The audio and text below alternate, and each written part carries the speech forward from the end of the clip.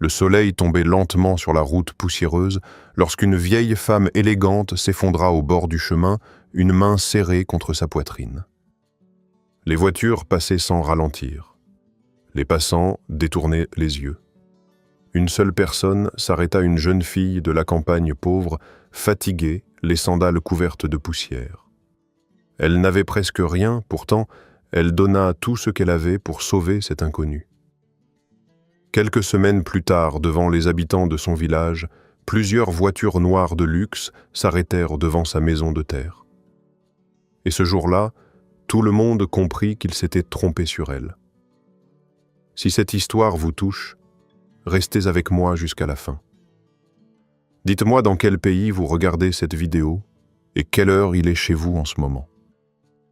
Et si vous aimez les histoires profondes et pleines d'émotions, abonnez-vous doucement à la chaîne pour ne pas manquer les prochaines. Fadoumo avait 24 ans, mais son visage fatigué donnait parfois l'impression qu'elle en avait davantage. Chaque matin, avant même que le soleil ne se lève complètement sur le petit village poussiéreux où elle vivait avec sa famille, elle ouvrait les yeux au son des coqs, des chèvres et des premiers pas des femmes qui allaient chercher de l'eau. La maison où elle habitait se trouvait à l'écart des autres concessions. C'était une petite construction en terre battue, avec un toit en tôle abîmé par les saisons. Quand il pleuvait, l'eau entrait souvent dans une partie de la maison et Fadoumo passait des heures à déplacer les bassines pour empêcher le peu de matelas qu'il possédait d'être complètement trempé. Depuis la mort de sa mère 3 ans plus tôt, elle était devenue le pilier de la famille. Sa mère était partie brutalement après une longue fièvre qui n'avait jamais été soignée correctement faute d'argent. Depuis ce jour-là, Fadoumo avait l'impression qu'elle n'avait plus le droit d'être jeune. Elle n'avait plus le droit de rêver, plus le droit de se plaindre, plus le droit de penser à elle-même.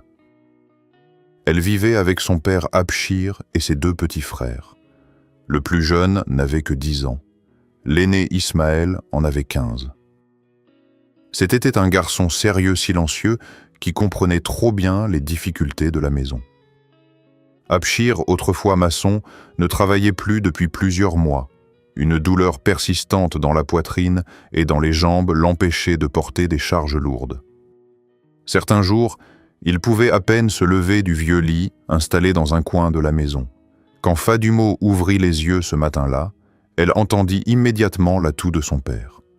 Elle se leva rapidement, noua son foulard autour de ses cheveux et traversa la petite pièce. « Baba, tu n'as pas dormi ?» demanda-t-elle doucement. Abshir leva les yeux vers elle avec un sourire fatigué. « Ce n'est rien. Ça ira mieux après le thé. » Fadoumo savait qu'il mentait. Depuis plusieurs semaines, il répétait les mêmes mots. « Ça ira mieux demain. Ça ira mieux après un peu de repos. Ça ira mieux quand la chaleur tombera. » Mais rien ne s'améliorait. Elle alluma le petit feu dans la cour, fit chauffer de l'eau et prépara un thé léger avec le peu de sucre qu'il restait. Pendant ce temps, Ismaël sortit de la maison avec un cahier sous le bras. « Grande sœur, le directeur de l'école a encore demandé les frais, dit-il à voix basse. » Fadoumo s'arrêta un instant. Elle connaissait déjà la réponse avant même qu'il termine sa phrase. Il a dit que si je ne paie pas, avant la fin de la semaine, je ne pourrai plus entrer en classe lundi. Le garçon baissa les yeux honteux. Fadoumo sentit son cœur se serrer. Elle savait combien Ismaël aimait l'école. Depuis qu'il était petit, il répétait qu'il voulait devenir enseignant pour aider les enfants du village à apprendre à lire. Elle posa doucement une main sur son épaule. « Ne t'inquiète pas, tu iras à l'école. »« Mais avec quoi ?» demanda-t-il. « Il n'y a même plus assez pour les médicaments de Baba. » Fadoumo ne répondit pas tout de suite. Elle regarda la petite cour poussiéreuse, les murs usés, les vêtements suspendus à une corde. Puis elle détourna les yeux pour que personne ne voie les larmes qui montaient. Chaque jour ressemblait à un choix impossible. Quand elle avait un peu d'argent, il fallait décider entre acheter du riz, payer les cahiers d'Ismaël, acheter du savon ou trouver de quoi soulager les douleurs de son père. Elle prit un vieux sac, posa dessus quelques légumes qu'elle allait vendre au marché, puis quitta la maison avant que le soleil ne devienne trop fort. Le marché se trouvait à presque 40 minutes à pied. Tout le long du chemin, elle croisait d'autres femmes portant des bassines sur la tête des enfants en uniforme, des motos couvertes de poussière rouge.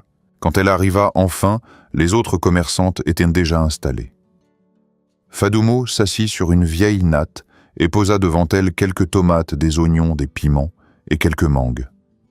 Ces produits étaient modestes. Elle n'avait pas assez d'argent pour acheter de grandes quantités comme les autres vendeuses.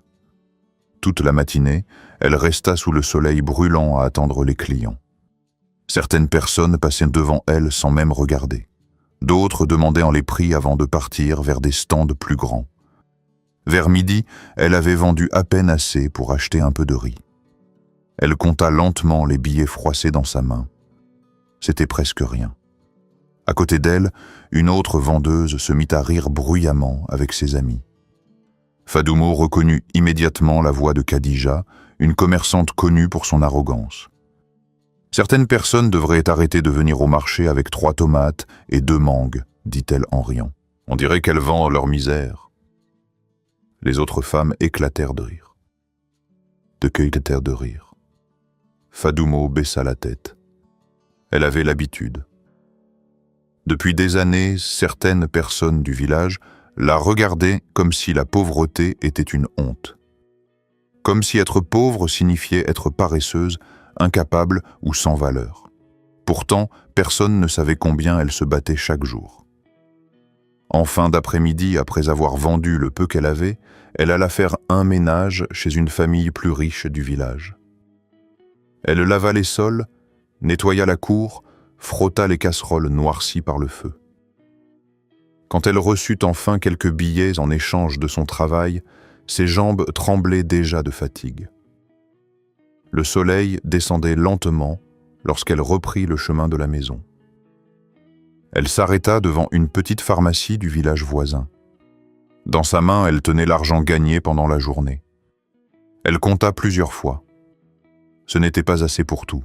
Elle pouvait acheter les médicaments de son père. Ou elle pouvait payer une partie des frais scolaires d'Ismaël.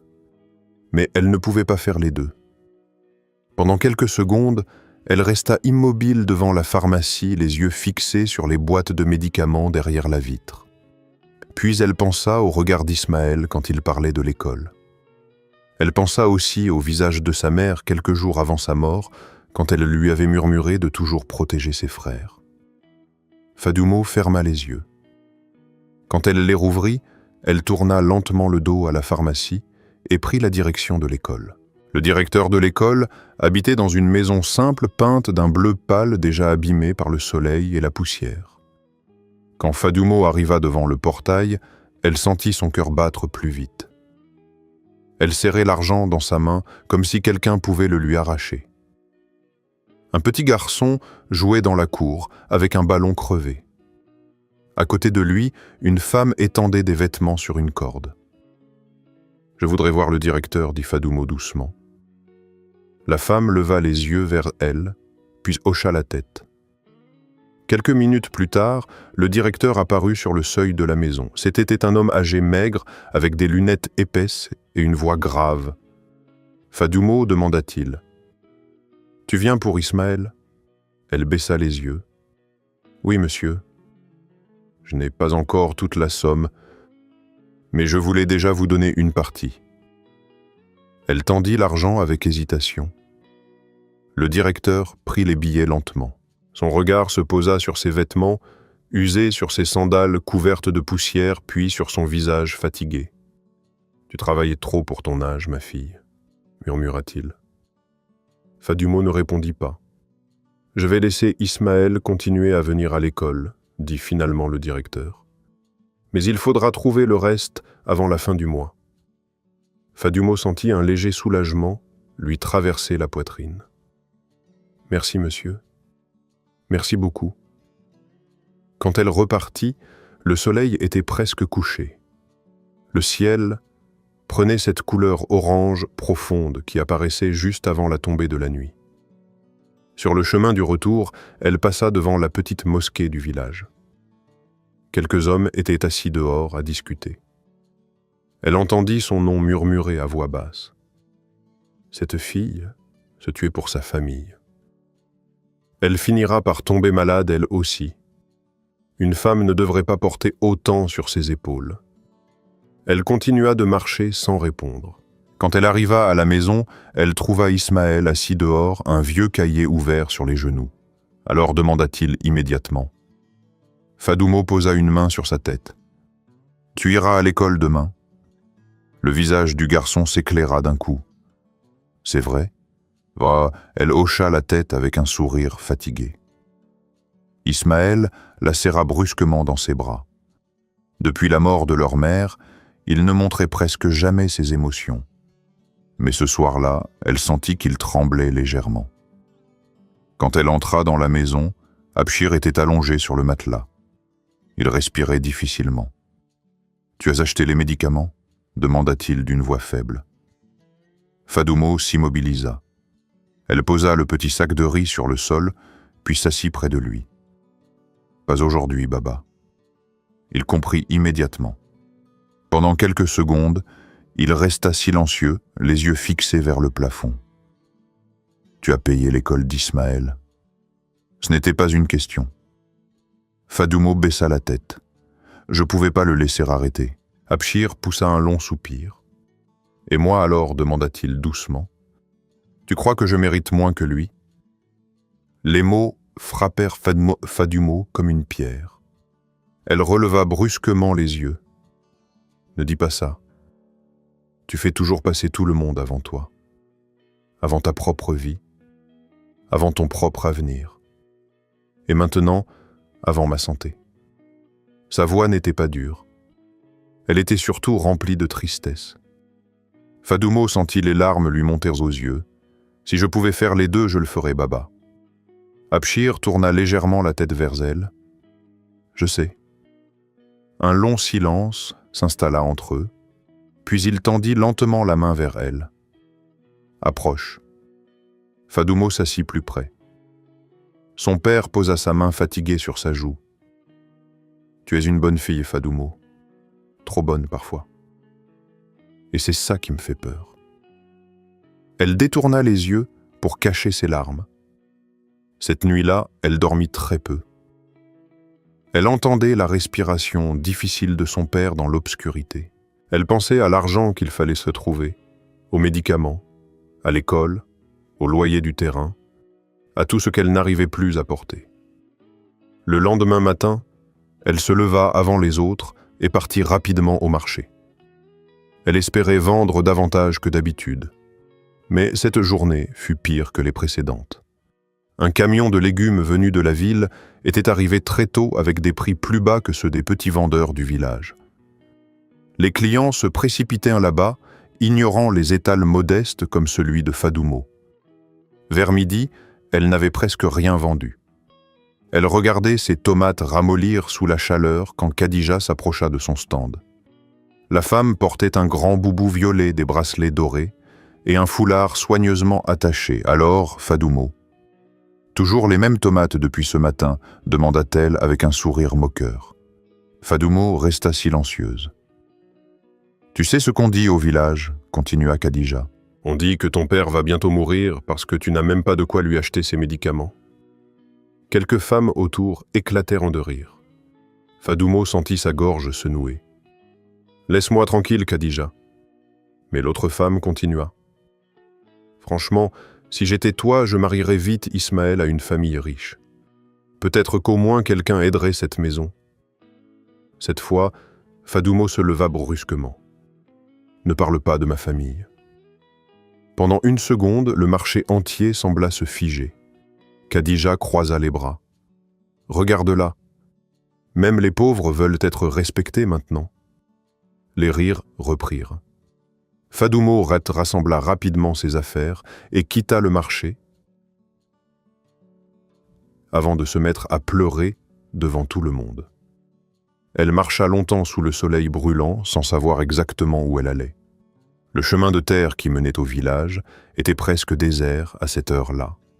Quelques motos passaient parfois en soulevant des nuages de poussière. Fadoumo avançait lentement, le regard baissé, quand elle aperçut une voiture noire arrêtée sur le bord de la route. La voiture semblait luxueuse, bien différente de tout ce qu'on voyait habituellement dans la région. Au début, elle pensa qu'il s'agissait simplement d'une panne. Puis, elle vit une vieille femme élégante sortir difficilement du véhicule. La dame portait un grand foulard clair, des bijoux discrets et des vêtements de qualité. Elle posa une main contre sa poitrine. Fadoumo ralentit. La vieille femme vacilla. Elle tenta de s'appuyer contre la portière, puis soudain, elle s'effondra lourdement sur le sol poussiéreux. Pendant quelques secondes, personne ne bougea. 2 hommes à moto passèrent sans s'arrêter. Une femme portant un enfant sur le dos regarda la scène de loin avant de continuer son chemin. Fadoumo sentit son cœur battre violemment dans sa poitrine. Elle pensa à son père. Elle pensa à l'argent qui manquait. Elle pensa aussi qu'elle n'avait ni téléphone, ni argent pour un taxi, ni temps à perdre. Puis elle regarda de nouveau la vieille dame allongée au sol. Et sans réfléchir davantage, elle se mit à courir vers elle. Quand Fadoumo arriva près de la vieille dame, elle vit immédiatement que quelque chose n'allait pas. La femme respirait difficilement. Ses lèvres tremblaient, une main restait crispée contre sa poitrine pendant que l'autre s'enfonçait dans la poussière de la route. « Madame, vous m'entendez ?» demanda Fadoumo en s'agenouillant près d'elle. La vieille dame entr'ouvrit les yeux sans parvenir à parler. Autour d'elle, la chaleur était lourde. Le soleil tombait lentement mais l'air restait brûlant. La route demeurait presque vide. Fadoumo regarda autour d'elle avec angoisse. « Au secours !» cria-t-elle. « Quelqu'un peut m'aider ?» Une moto passa au loin sans ralentir. Un homme portant un sac sur l'épaule regarda la scène quelques secondes avant de détourner les yeux. Fadoumo sentit la peur lui serrer la gorge. Elle posa doucement la tête de la vieille dame sur ses genoux. « Ne bougez pas, je vais trouver de l'aide. » Mais elle savait qu'elle ne pouvait pas laisser cette femme seule au bord de la route. Elle regarda vers la voiture noire arrêtée un peu plus loin. La portière côté conducteur était ouverte. À l'intérieur, il n'y avait personne. Peut-être que le chauffeur était parti chercher quelque chose. Peut-être qu'il avait abandonné la vieille dame quelques minutes pour aller demander de l'aide dans un village voisin. Fadoumo ne savait pas. Elle fouilla rapidement dans le sac de la vieille dame, espérant trouver un téléphone. Ses doigts tremblaient tellement qu'elle eut du mal à ouvrir la fermeture. À l'intérieur, elle trouva un mouchoir, une petite bouteille d'eau, des papiers, un téléphone portable et un porte-monnaie épais.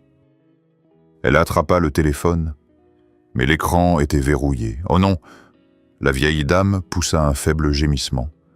Fadoumo prit la bouteille d'eau et humidifia doucement ses lèvres. « Tenez bon, s'il vous plaît. » Elle se releva brusquement et recommença à appeler. « Aidez-moi. Cette dame va mourir. » Cette fois, un vieux taxi jaune apparut au loin.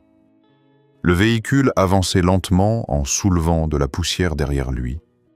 Fadoumo se plaça presque au milieu de la route et leva les bras. Le chauffeur freina brusquement. « Tu es folle !» cria-t-il en ouvrant sa fenêtre. « Monsieur, s'il vous plaît, il faut emmener cette dame à l'hôpital. » Le chauffeur regarda la vieille femme au sol, puis secoua la tête. « Non. Si elle meurt dans ma voiture, j'aurai des problèmes. Elle ne va pas mourir si on se dépêche. Je ne veux pas de cette histoire sur moi. » Fadoumo sentit la colère monter dans sa poitrine. « Et si c'était votre mère ?» demanda-t-elle. Le chauffeur détourna les yeux. « Je n'ai pas d'argent pour vous payer maintenant, » continua-t-elle la voix tremblante. « Mais je vous donnerai ce que j'ai. » L'homme hésita. Il regarda encore une fois la vieille dame, puis soupira profondément. « Dépêche-toi alors. » Fadoumo retourna vers la vieille femme. Avec beaucoup de difficulté, elle réussit à la relever légèrement. Le chauffeur vint finalement l'aider à la porter jusqu'au taxi. La vieille dame semblait presque inconsciente. Fadoumo monta à l'arrière avec elle, tenant sa tête contre son épaule pendant que le taxi roulait rapidement vers le petit hôpital de district. Tout le trajet, elle pria en silence. Chaque fois que la vieille dame respirait plus lentement, Fadoumo avait l'impression que son propre cœur s'arrêtait. Quand elles arrivèrent enfin devant l'hôpital, plusieurs infirmiers sortirent avec un brancard. Elle a mal à la poitrine. Elle s'est effondrée sur la route, dit Fadoumo rapidement. Les infirmiers emmenèrent la vieille dame, âme à l'intérieur sans poser de questions. Fadoumo voulut les suivre, mais une femme assise derrière un bureau la retint. Il faut payer les premiers frais d'admission. Fadoumo cligna des yeux. Ce n'est pas ma mère. Peu importe. Si personne ne paie le dossier, ne peut pas avancer. Fadoumo regarda la porte derrière laquelle la vieille dame venait d'être emmenée. Mais elle va mourir, la femme haussa les épaules. Je ne fais que mon travail. Fadoumo sentit ses jambes devenir faibles. Elle ouvrit lentement sa main. Dans sa paume se trouvaient les quelques billets qu'elle avait gagnés au marché et pendant le ménage. L'argent destiné aux médicaments de son père. Elle pensa à Abshir, allongé sur son lit, incapable de respirer correctement. Elle pensa aussi à la vieille dame derrière cette porte. Pendant quelques secondes, elle resta immobile. Puis, elle tendit l'argent. « Prenez-le. » La femme compta les billets. Ce n'est pas toute la somme. Fadoumo sentit les larmes lui monter aux yeux. Alors presque malgré elle, elle ouvrit le porte-monnaie de la vieille dame qu'elle avait gardé dans son sac. Il contenait beaucoup d'argent. Mais elle n'osa pas y toucher. À la place, elle retira le petit bracelet en argent qu'elle portait au poignet depuis plusieurs années. C'était le seul bijou qui lui restait de sa mère. « Prenez ça aussi », murmura-t-elle. La femme derrière le bureau observa le bracelet quelques secondes. Puis elle hocha finalement la tête. « Très bien. » Fadoumo s'assit dans le couloir. Le temps semblait ne plus avancer. Autour d'elle, des gens pleuraient, des enfants dormaient sur les bancs des infirmiers, couraient d'une pièce à l'autre. Elle regardait la porte fermée de la salle d'urgence sans bouger. 1 heure passa, puis 2. Elle n'avait rien mangé depuis le matin. Ses jambes lui faisaient mal, sa tête tournait. À plusieurs reprises, elle pensa à rentrer chez elle. Son père devait déjà s'inquiéter. Mais chaque fois qu'elle essayait de se lever, elle regardait de nouveau la porte. Finalement, un médecin sortit. « Qui a accompagné la patiente ?» demanda-t-il. Fadoumo se leva immédiatement. « Moi. » Le médecin retira son masque. « Elle a eu un infarctus. Vous êtes arrivé juste à temps. Encore un peu, et nous n'aurions rien pu faire. » Fadoumo sentit un poids quitter sa poitrine. Ses yeux se remplirent de larmes sans qu'elle puisse les retenir. « Elle va vivre ?» demanda-t-elle. « Pour le moment, oui. Mais elle doit rester sous surveillance. » Fadoumo se rassit lentement. Pour la première fois depuis des heures, elle respira un peu plus calmement. La nuit était déjà tombée dehors quand des bruits de pas rapides résonnèrent dans le couloir. Un homme grand élégant, vêtu d'un costume sombre, entra précipitamment dans l'hôpital. Son visage était tendu. Derrière lui, 2 autres hommes le suivaient. Il s'arrêta brusquement devant le bureau d'accueil. « Où est Madame Hawa Ndiaye ?» demanda-t-il d'une voix sèche. Fadoumo releva lentement les yeux. L'homme semblait bouleversé. Et pour la première fois depuis le début de cette journée, elle comprit que la vieille dame qu'elle avait sauvée n'était pas une femme ordinaire. Fadoumo resta assise sur le banc du couloir pendant que l'homme en costume avançait rapidement vers la salle où Hawa Ndiaye avait été emmené. 2 infirmiers essayèrent de lui barrer le passage. « Monsieur, vous ne pouvez pas entrer tout de suite. »« Je suis son fils, » répondit-il sèchement. « Laissez-moi passer. » Il avait une voix grave, tendue comme quelqu'un qui n'avait pas l'habitude qu'on lui dise non. Quelques secondes plus tard, le médecin qui avait parlé à Fadoumo sortit de nouveau de la salle. « Elle est stable pour le moment, dit-il calmement. Mais elle a besoin de repos. » L'homme passa une main sur son visage. Pendant un instant, il ne ressemblait plus à quelqu'un de puissant. Il ressemblait simplement à un fils inquiet. « Comment cela a-t-il pu arriver ?» demanda-t-il. Le médecin haussa légèrement les épaules. On nous a dit qu'elle était seule quand elle s'est effondrée. L'homme se tourna brusquement vers l'accueil. Qui l'a amené ici, la femme derrière le bureau, désigna Fadumo du Menton. C'est cette jeune fille. L'homme regarda alors Fadumo pour la première fois. Elle se sentit soudain très petite sous ce regard. Ses vêtements étaient couverts de poussière. Son foulard avait glissé légèrement sur ses cheveux. Ses sandales étaient usées. Elle avait encore les traces de fatigue et de peur sur le visage. L'homme s'approcha d'elle. « C'est vous qui avez aidé ma mère. » Fadumo se leva lentement. « Oui. » « Vous l'avez trouvée où sur la route à la sortie du village ?» Il resta silencieux quelques secondes. « Merci, dit-il finalement. » Le mot sortit difficilement comme s'il n'avait pas l'habitude de remercier les gens. Puis il regarda rapidement autour de lui. « Où est son sac ?» Fadumo le prit doucement et le lui tendit. « Je n'ai rien pris, murmura-t-elle immédiatement. Je voulais juste trouver son téléphone. » L'homme ouvrit le sac rapidement, vérifia le contenu, puis referma la fermeture. « Je n'ai jamais dit que vous aviez volé quoi que ce soit. » Mais son regard restait froid. Fadumo sentit une gêne douloureuse dans sa poitrine. Elle baissa les yeux. « Votre mère va mieux, » dit-elle doucement. Le médecin a dit qu'elle est arrivée juste à temps. L'homme hocha la tête sans sourire. « Je vais m'occuper du reste maintenant. » Il sortit un portefeuille de sa veste, prit plusieurs billets et les tendit à Fadumo. « Prenez ça. » Elle regarda l'argent sans bouger. « Pourquoi pour le taxi?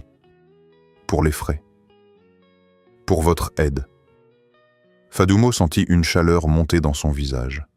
« Je ne veux pas d'argent. » L'homme fronça légèrement les sourcils. « Vous avez passé des heures ici.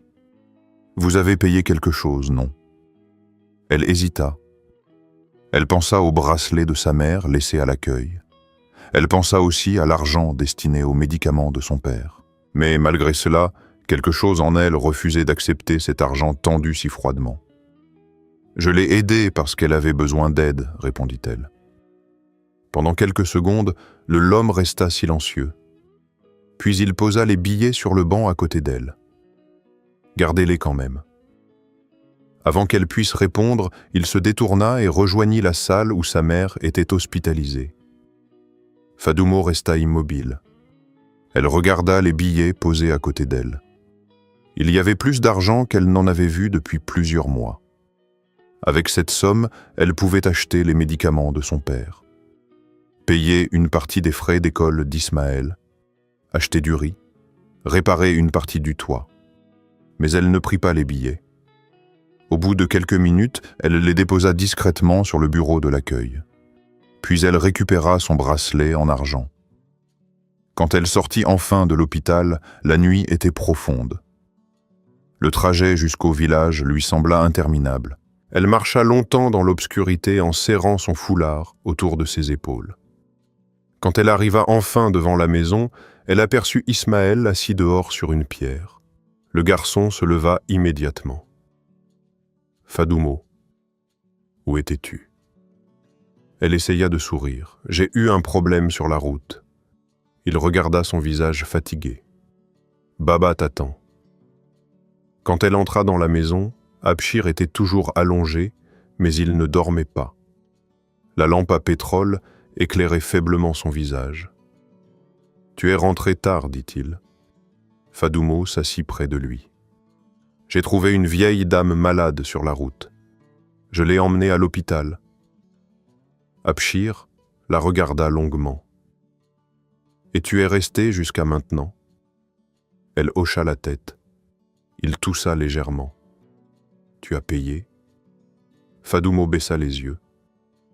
Cette fois, il comprit tout de suite, avec l'argent des médicaments. Elle sentit les larmes lui monter. Je n'avais pas le choix. Abshir resta silencieux quelques secondes. Puis, il poussa un long soupir. Regarde-moi, Fadumo. Elle releva lentement les yeux. Est-ce que tu aurais pu rentrer ici en laissant cette femme mourir sur la route? Fadumo secoua doucement la tête. Non. Alors tu as fait ce qu'il fallait. Elle sentit une larme couler sur sa joue. Mais toi, il lui fit signe de se taire. Moi je suis vieux. J'ai déjà vécu. Cette femme avait peut-être encore beaucoup à faire dans sa vie. Fadumo prit la main de son père. Elle avait été chaude, plus chaude que d'habitude. Elle sentit une inquiétude sourde remonter dans son ventre. « Baba, tu as de la fièvre. Ça va passer. » Mais elle voyait bien que ce n'était pas vrai. Toute la nuit, elle dormit mal. Elle se réveillait sans cesse pour regarder son père respirer. Parfois, il gémissait dans son sommeil. Parfois, il restait immobile trop longtemps et elle devait se rapprocher pour vérifier qu'il respirait encore. Le lendemain matin, le soleil était déjà haut quand Ismaël entra précipitamment dans la maison. Fadumo, elle, se leva brusquement. Quoi, le garçon avait le visage pâle. Baba est tombé dehors. Fadumo courut jusqu'à la cour. Abshir était assis contre le mur, une main sur sa poitrine. Son visage était couvert de sueur.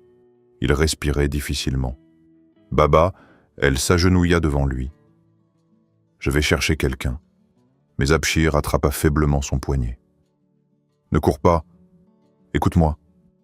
Non, ne parle pas.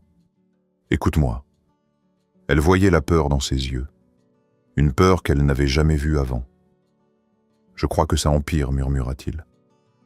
Fadumo sentit son cœur se briser. Elle regarda autour d'elle. La maison semblait plus vide que jamais.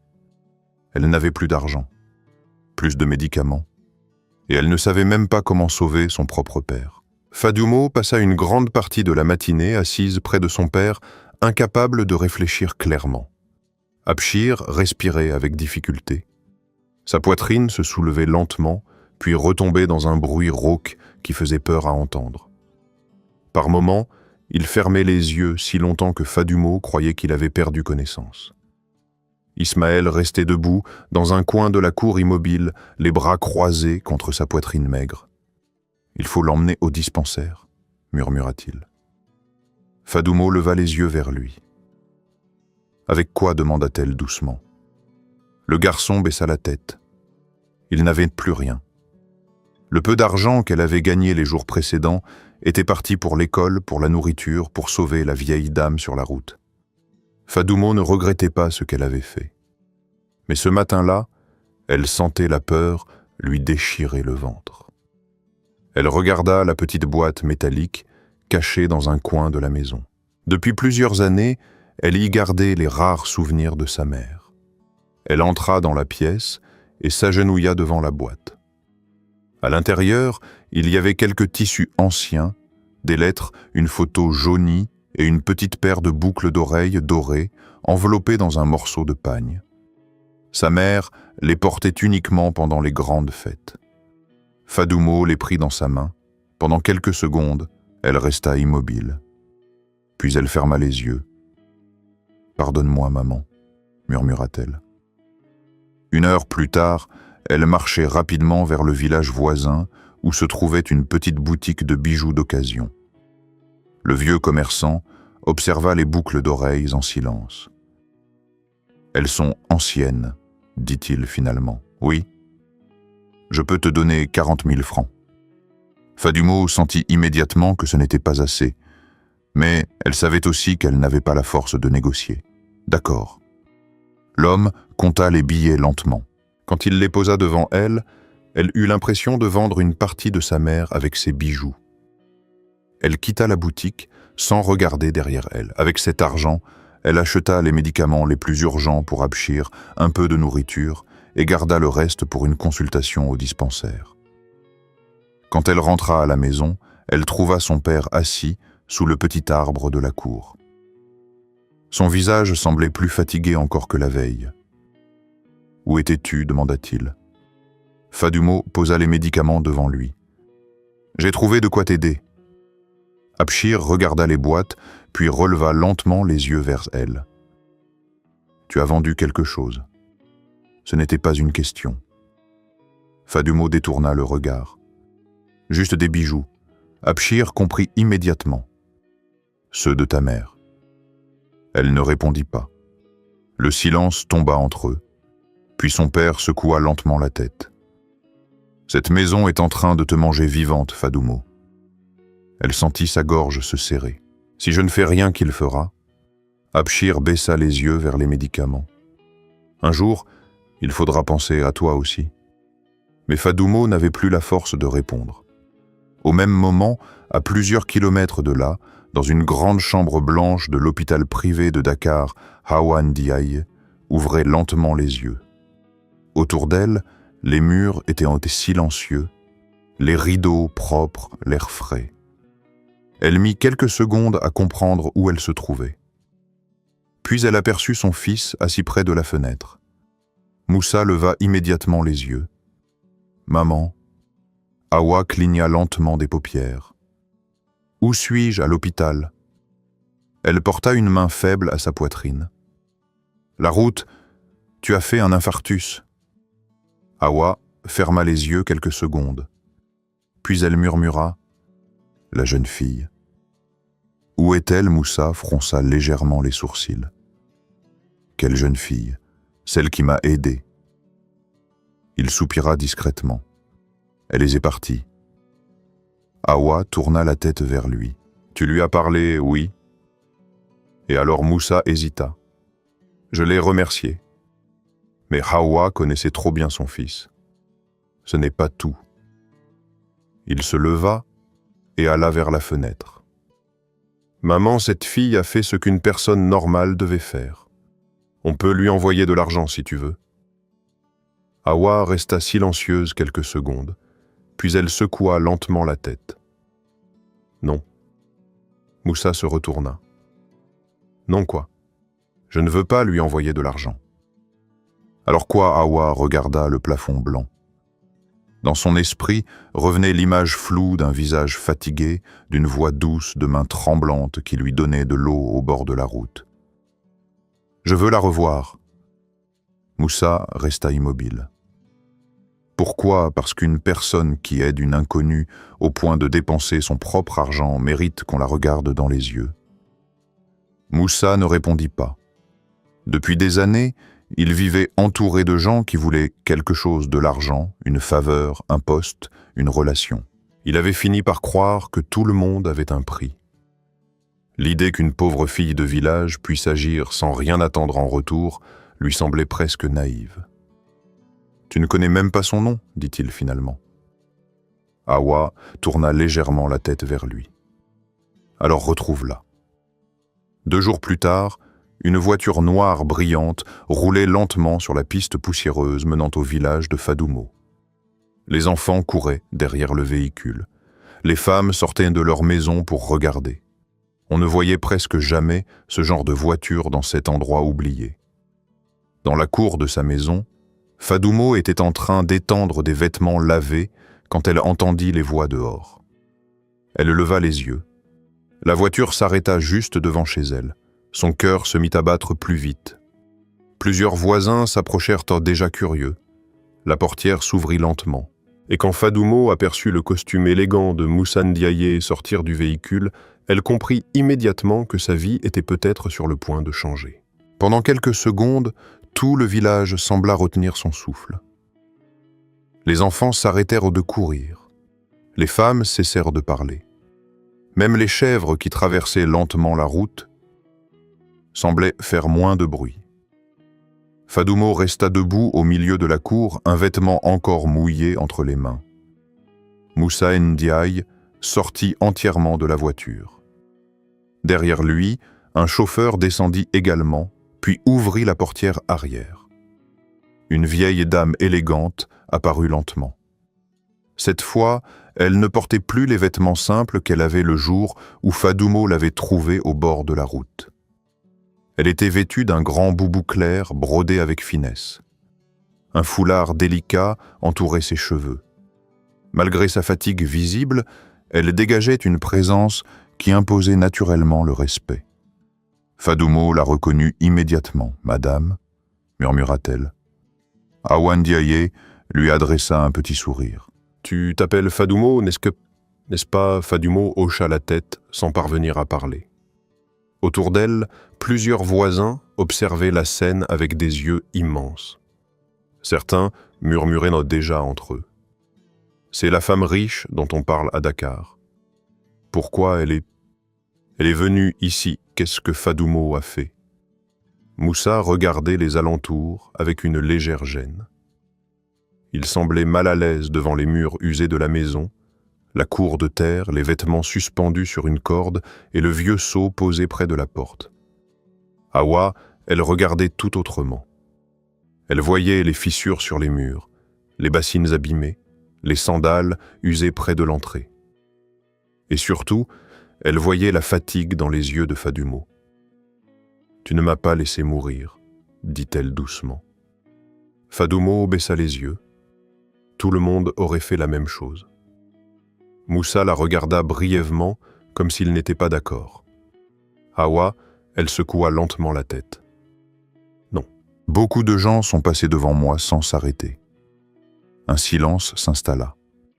Puis Fadoumo se rappela brusquement les règles de politesse. « Entrez, s'il vous plaît. » Elle les fit entrer dans la petite maison. Quand Hawa aperçut Abshir allongé sur le matelas dans le coin de la pièce, son visage changea légèrement. Le vieil homme essaya de se redresser.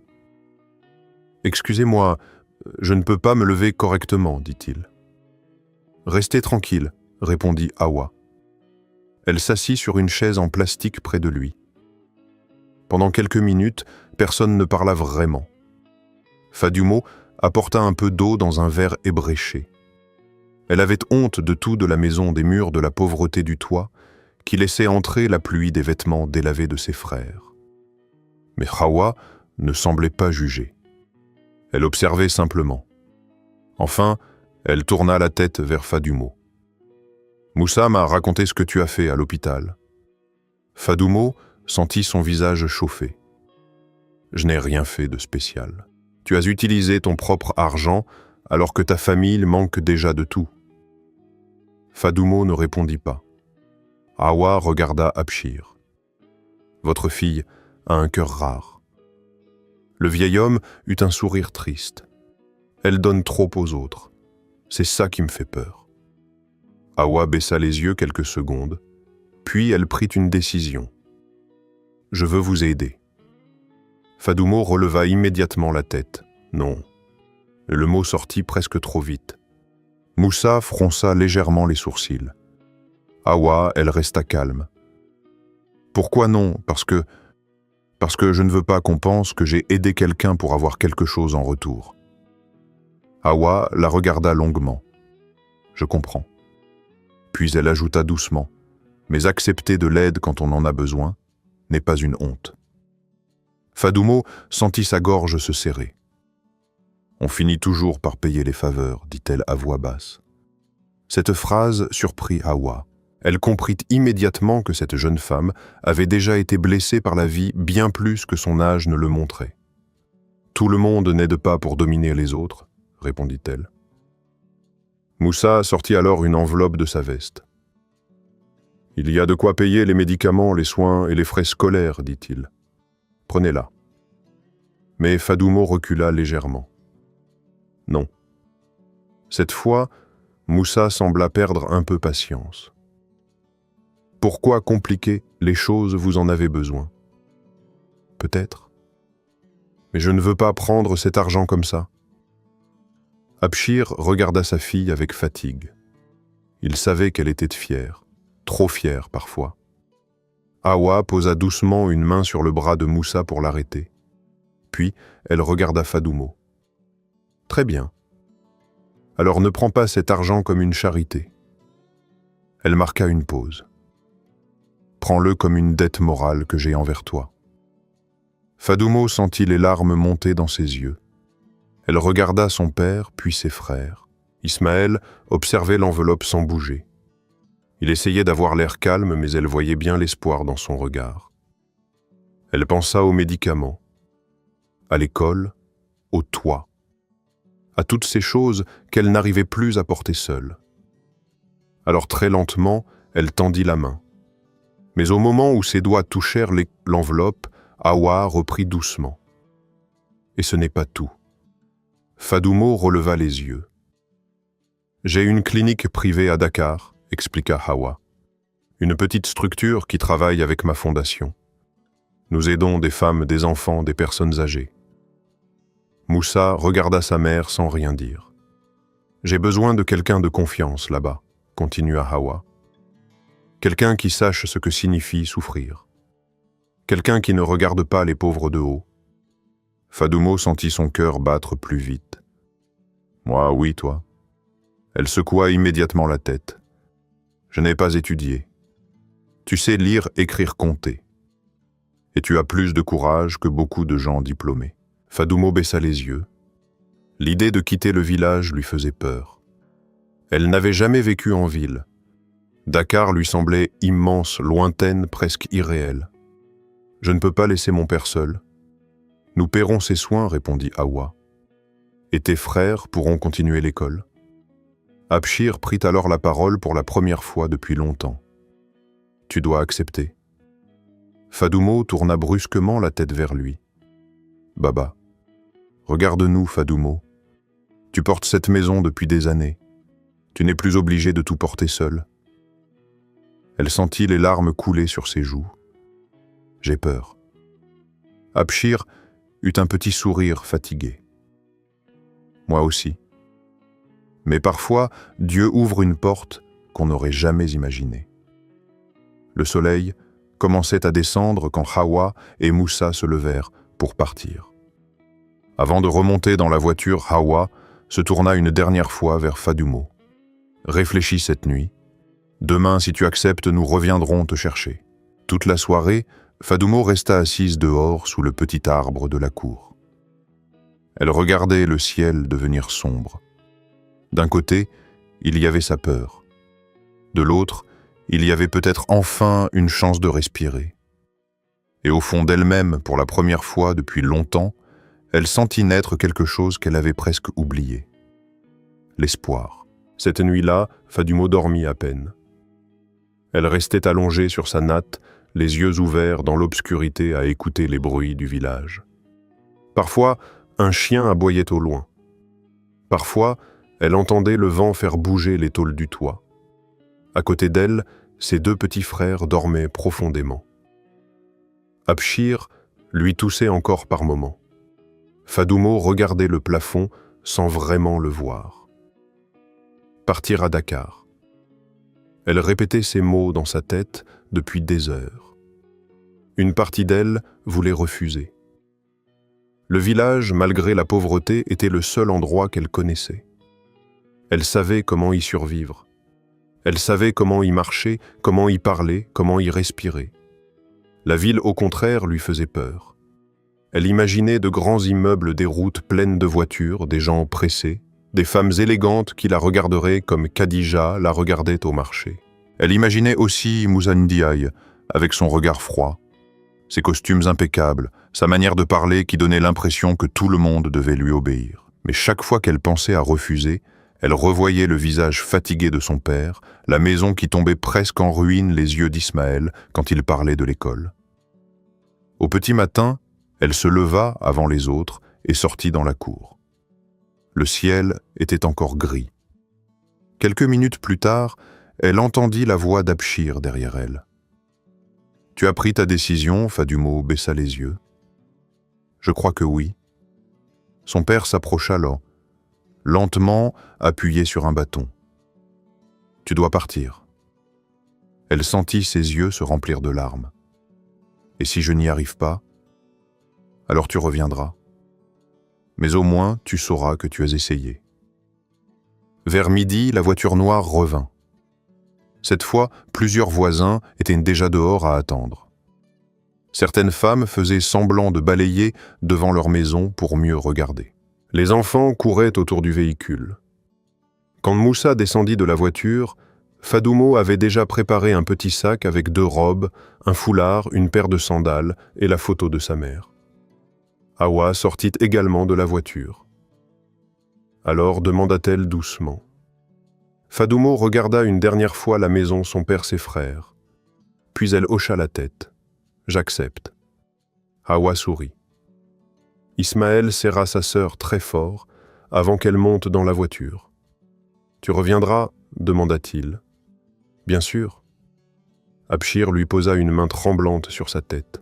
« Ne baisse jamais les yeux devant ceux qui pensent valoir plus que toi. » Pendant le trajet vers Dakar, Fadoumo resta silencieuse. Elle regardait défiler les routes, les villes, les stations-service, les bâtiments de plus en plus grands. Quand ils entrèrent enfin dans Dakar, elle sentit son cœur battre plus vite. Elle n'avait jamais vu autant de voitures, autant de bruit, autant de lumière. Partout, il y avait des immeubles, des magasins, des gens bien habillés. Elle avait l'impression d'arriver dans un autre monde. La voiture s'arrêta finalement devant une grande maison blanche entourée d'un jardin. « Tu resteras ici quelque temps » dit Hawa. Fadoumo descendit lentement.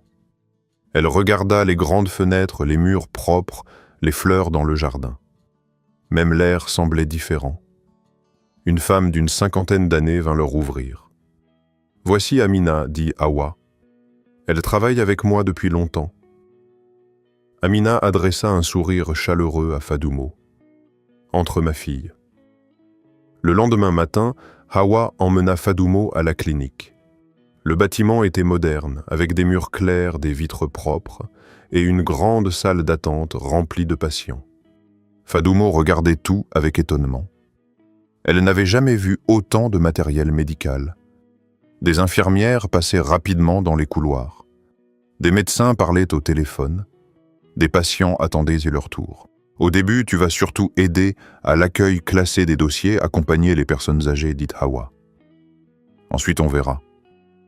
Fadoumo hocha la tête. Mais dès les premières heures, elle sentit les regards sur elle. Son accent rural, ses vêtements simples, son foulard modeste.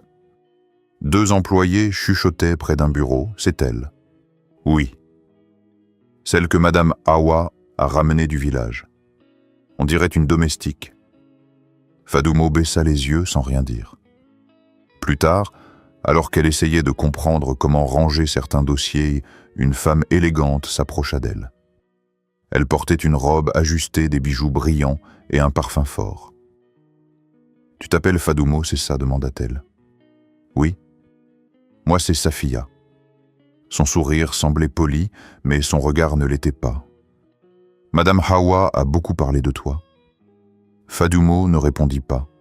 Safia croisa les bras. « Tu as de la chance. Beaucoup de gens travaillent ici depuis des années sans jamais recevoir autant d'attention. » Fadoumo sentit immédiatement qu'il y avait quelque chose de faux dans sa voix. « Je suis juste ici pour travailler. » Safia eut un petit rire. « Bien sûr. » Le reste de la journée fut difficile. Fadoumo se trompait souvent dans les papiers. Elle ne comprenait pas certains mots médicaux. Elle renversait parfois de l'eau ou rangeait les choses au mauvais endroit. Chaque erreur semblait amuser certaines employées. Vers la fin de la journée, Moussa arriva à la clinique. Dès qu'il entra, tout le monde changea d'attitude. Les gens se redressaient, les voix devenaient plus polies. Fadoumo le vit discuter avec plusieurs responsables avant de s'arrêter devant elle. Alors, demanda-t-il, « J'essaie d'apprendre. » Il regarda les dossiers qu'elle tenait maladroitement dans ses bras. « Essayez plus vite. » Puis il repartit sans attendre de réponse. Fadoumo sentit sa gorge se serrer. Le soir, quand elle rentra chez Hawa, elle avait envie de pleurer. Elle se sentait ridicule, petite, perdue. Mais Hawa remarqua immédiatement son visage fatigué. « Qu'est-ce qu'il y a ?» Fadoumo hésita. Puis elle murmura « Peut-être que je ne suis pas faite pour cet endroit. » Hawa posa doucement une main sur la sienne. Les gens qui n'ont jamais souffert aiment faire croire aux autres qu'ils ne valent rien. Ne les écoute pas. Quelques jours plus tard, alors que Fadoumo commençait enfin à comprendre certaines tâches, un incident éclata à la clinique. Une enveloppe contenant une grosse somme d'argent avait disparu dans un bureau administratif. Les employés furent rassemblés dans la salle principale. Safiya croisa lentement les bras puis regarda Fadummo. « C'est étrange, dit-elle doucement. La seule nouvelle ici, c'est elle. » Tous les regards se tournèrent vers Fadummo. Et pour la première fois depuis son arrivée à Dakar, elle sentit la peur lui glacer le sang.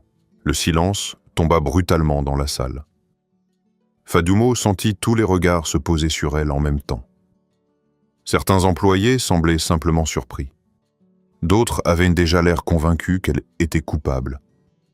Safiya resta immobile, les bras croisés contre sa poitrine, avec ce petit sourire discret qui ressemblait presque à de la satisfaction. « Pourquoi tu me regardes comme ça ?» demanda Fadummo d'une voix faible. Safiya haussa les épaules. « Je ne regarde personne. Je dis juste que c'est étrange. » Une autre employée s'approcha. L'enveloppe était encore là ce matin. « Et la seule personne qu'on ne connaît pas ici, c'est elle, » murmura quelqu'un au fond de la pièce. Fadummo sentit ses mains trembler. « Je n'ai rien pris. » Mais sa voix semblait trop petite face aux murmures qui grandissaient autour d'elle.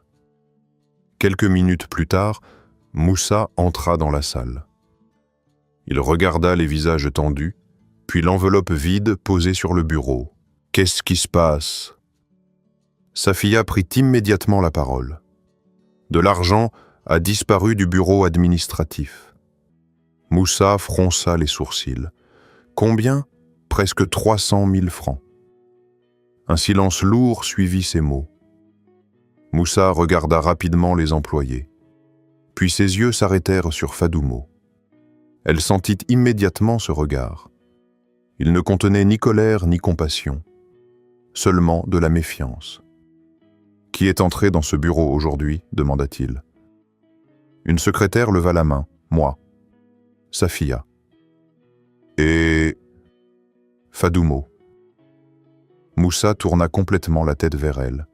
« Vous étiez seul dans le bureau, oui, mais seulement quelques minutes. Pourquoi faire ? On m'avait demandé de ranger des dossiers. » Safiya poussa un léger soupir.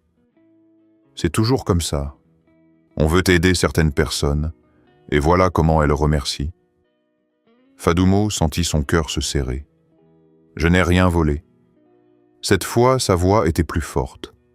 Tout le monde la regarda. « Je n'ai jamais pris l'argent de quelqu'un. » Moussa resta silencieux quelques secondes, puis il dit d'une voix froide, « Fouillez son sac. » Fadummo resta immobile. Elle sentit le sang quitter son visage. « Non. » Mais une autre employée s'approcha déjà. « Si tu n'as rien pris, tu n'as rien à cacher. » Fadummo serra son vieux sac contre elle. À l'intérieur, il n'y avait que quelques papiers, un foulard de rechange, un petit savon, un morceau de pain emballé dans un tissu et la photo de sa mère. Mais ce n'était pas seulement le sac. C'était la honte, la sensation d'être regardée comme une voleuse devant tout le monde. Finalement, elle tendit lentement son sac. L'employé l'ouvrit devant tous les autres. Tout fut vidé sur le bureau. Le pain, le savon, la photo. Le silence devint encore plus lourd. Il n'y avait rien. Safiya détourna légèrement les yeux. Moussa resta immobile. Puis il dit « Fouillez aussi les autres bureaux ». Personne ne bougea immédiatement. On sentait que dans beaucoup de têtes, le doute restait encore attaché à Fadummo. Elle regarda autour d'elle. Aucun visage ne lui inspirait confiance. Elle avait l'impression de revivre ce qu'elle avait connu au village. Les regards moqueurs, les humiliations, cette manière qu'avaient les gens de croire qu'un pauvre était forcément coupable de quelque chose. Elle ramassa lentement ses affaires sur le lit, le bourré. Ses doigts tremblaient tellement qu'elle eut du mal à remettre la photo de sa mère dans son sac. Puis elle entendit la voix de Moussa derrière elle. « Attendez dans mon bureau. » Elle leva lentement les yeux vers lui. « Pourquoi ? Parce qu'on n'a toujours pas retrouvé l'argent. » Le bureau de Moussa était grand, propre, silencieux. Fadummo resta debout près de la porte. Elle n'osait pas s'asseoir. Quelques minutes plus tard, Moussa entra à son tour et referma la porte derrière lui. « Asseyez-vous. » Elle resta debout. « Je préfère rester comme ça. » Il posa un dossier sur son bureau, puis la regarda longuement. « Je vais vous poser une dernière fois la question. Est-ce que vous avez pris cet argent ?» Fadoumo sentit les larmes monter dans ses yeux. « Non. Regardez-moi quand vous parlez. » Elle releva lentement les yeux. « Je n'ai rien pris. » Moussa croisa les bras. « Vous savez ce qui me dérange ?» Elle ne répondit pas. « Depuis que vous êtes arrivé, ma mère ne parle que de vous. Elle vous protège. Elle vous donne un travail, une chambre, une chance que beaucoup de gens aimeraient avoir. » Il s'arrêta un instant. « Et maintenant, de l'argent disparaît. » Fadoumo sentit une douleur profonde lui traverser la poitrine. « Vous pensez vraiment que je suis comme ça ?» Moussa détourna légèrement les yeux. « Je pense que quand les gens ont faim, ils peuvent faire des choses qu'ils n'auraient jamais imaginées. » Cette phrase resta suspendue entre eux. Fadoumo comprit immédiatement ce qu'il voulait dire. Parce qu'elle était pauvre, parce que son père était malade, parce qu'elle venait d'un village oublié. Il croyait qu'elle pouvait voler. Elle sentit ses larmes couler malgré elle. Malgré elle. Vous ne savez rien de moi. Puis elle sortit du bureau avant qu'il puisse répondre. Elle traversa rapidement le couloir, passa devant les patients, devant les infirmières, devant les regards. Elle voulait partir. Retourner au village. Oublier Dakar. Oublier cette clinique. Mais au moment où elle arrivait près de la porte principale, une voix âgée retentit derrière elle. « Attendez !» Fadoumo se retourna. C'était Aminata, une femme de ménage d'une 60aine d'années, qui travaillait à la clinique depuis longtemps. Elle avançait difficilement essoufflée.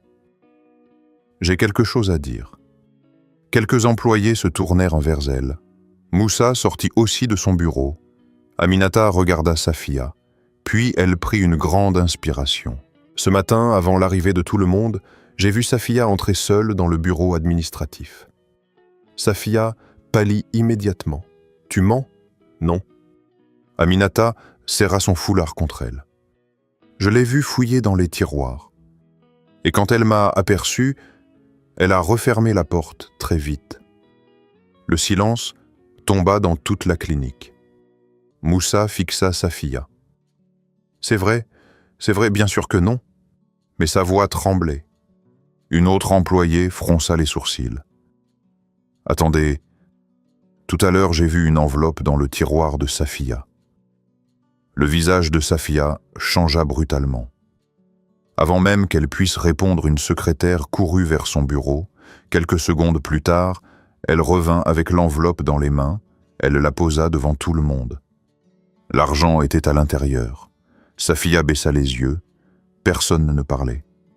Fadoumo resta immobile. Elle sentait encore les battements de son cœur dans sa poitrine. Safia venait d'être démasquée. Mais au fond d'elle, quelque chose restait brisé. Parce qu'avant même de chercher la vérité, tout le monde avait déjà choisi de la croire coupable. Et parmi eux, celui dont le regard lui faisait le plus mal était celui de Moussa. Après la découverte de l'enveloppe dans le tiroir de Safia, personne ne sut vraiment quoi dire. Le silence était lourd, presque gênant. Safia gardait les yeux baissés. Son visage avait perdu toute sa fierté. Elle semblait chercher quelque chose à répondre, une excuse, un mensonge, n'importe quoi qui pourrait la sauver. Mais il n'y avait plus rien à dire.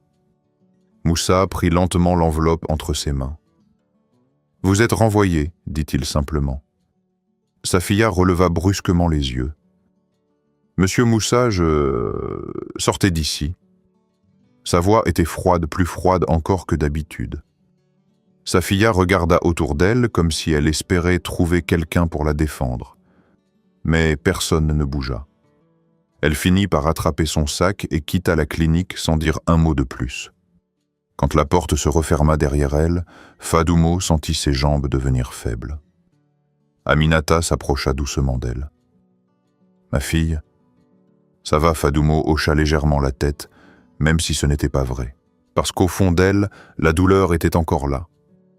Le regard de Moussa dans son bureau, sa manière de lui parler, sa façon de croire immédiatement qu'elle pouvait voler. Plus tard dans la journée, alors qu'elle rangeait des dossiers seule dans une petite pièce, elle entendit frapper doucement à la porte. Quand elle leva les yeux, elle vit Hawa. La vieille dame entra lentement et referma la porte derrière elle. J'ai appris ce qui s'est passé. Fadoumo resta silencieuse. Hawa s'approcha d'elle. « Tu veux m'en parler ?» Fadoumo posa les dossiers sur la table. « Ce n'est pas important. »« Si. Ça l'est ?» Pendant quelques secondes, Fadoumo essaya de retenir ses larmes. Mais elle était fatiguée. Fatiguée de toujours devoir être forte. « J'ai l'impression que les gens voient toujours la même chose quand ils me regardent, » murmura-t-elle. « Ils voient une fille pauvre.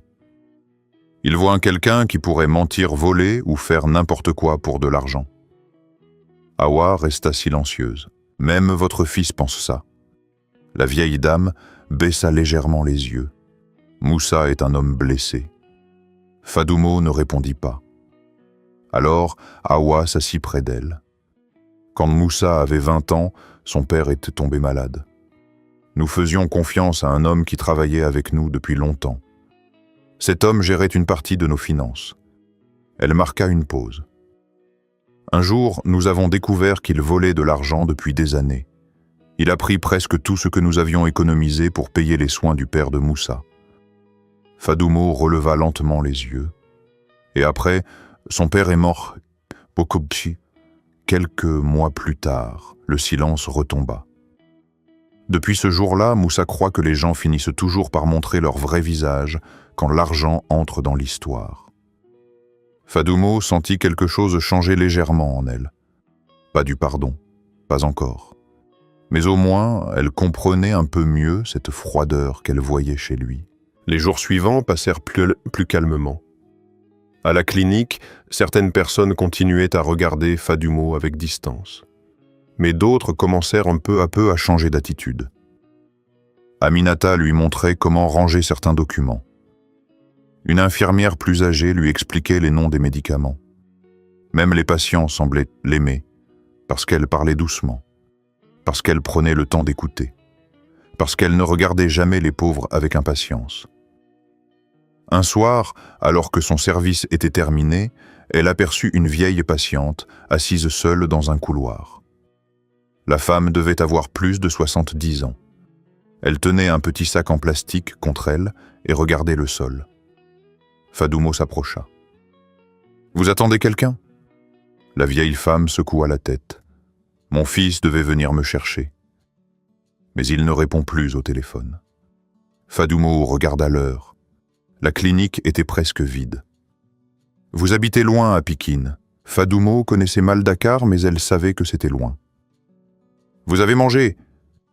La vieille femme baissa les yeux.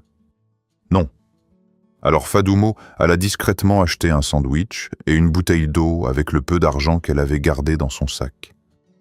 Puis elle revint s'asseoir près de la vieille dame. « Tenez. » La femme la regarda avec surprise.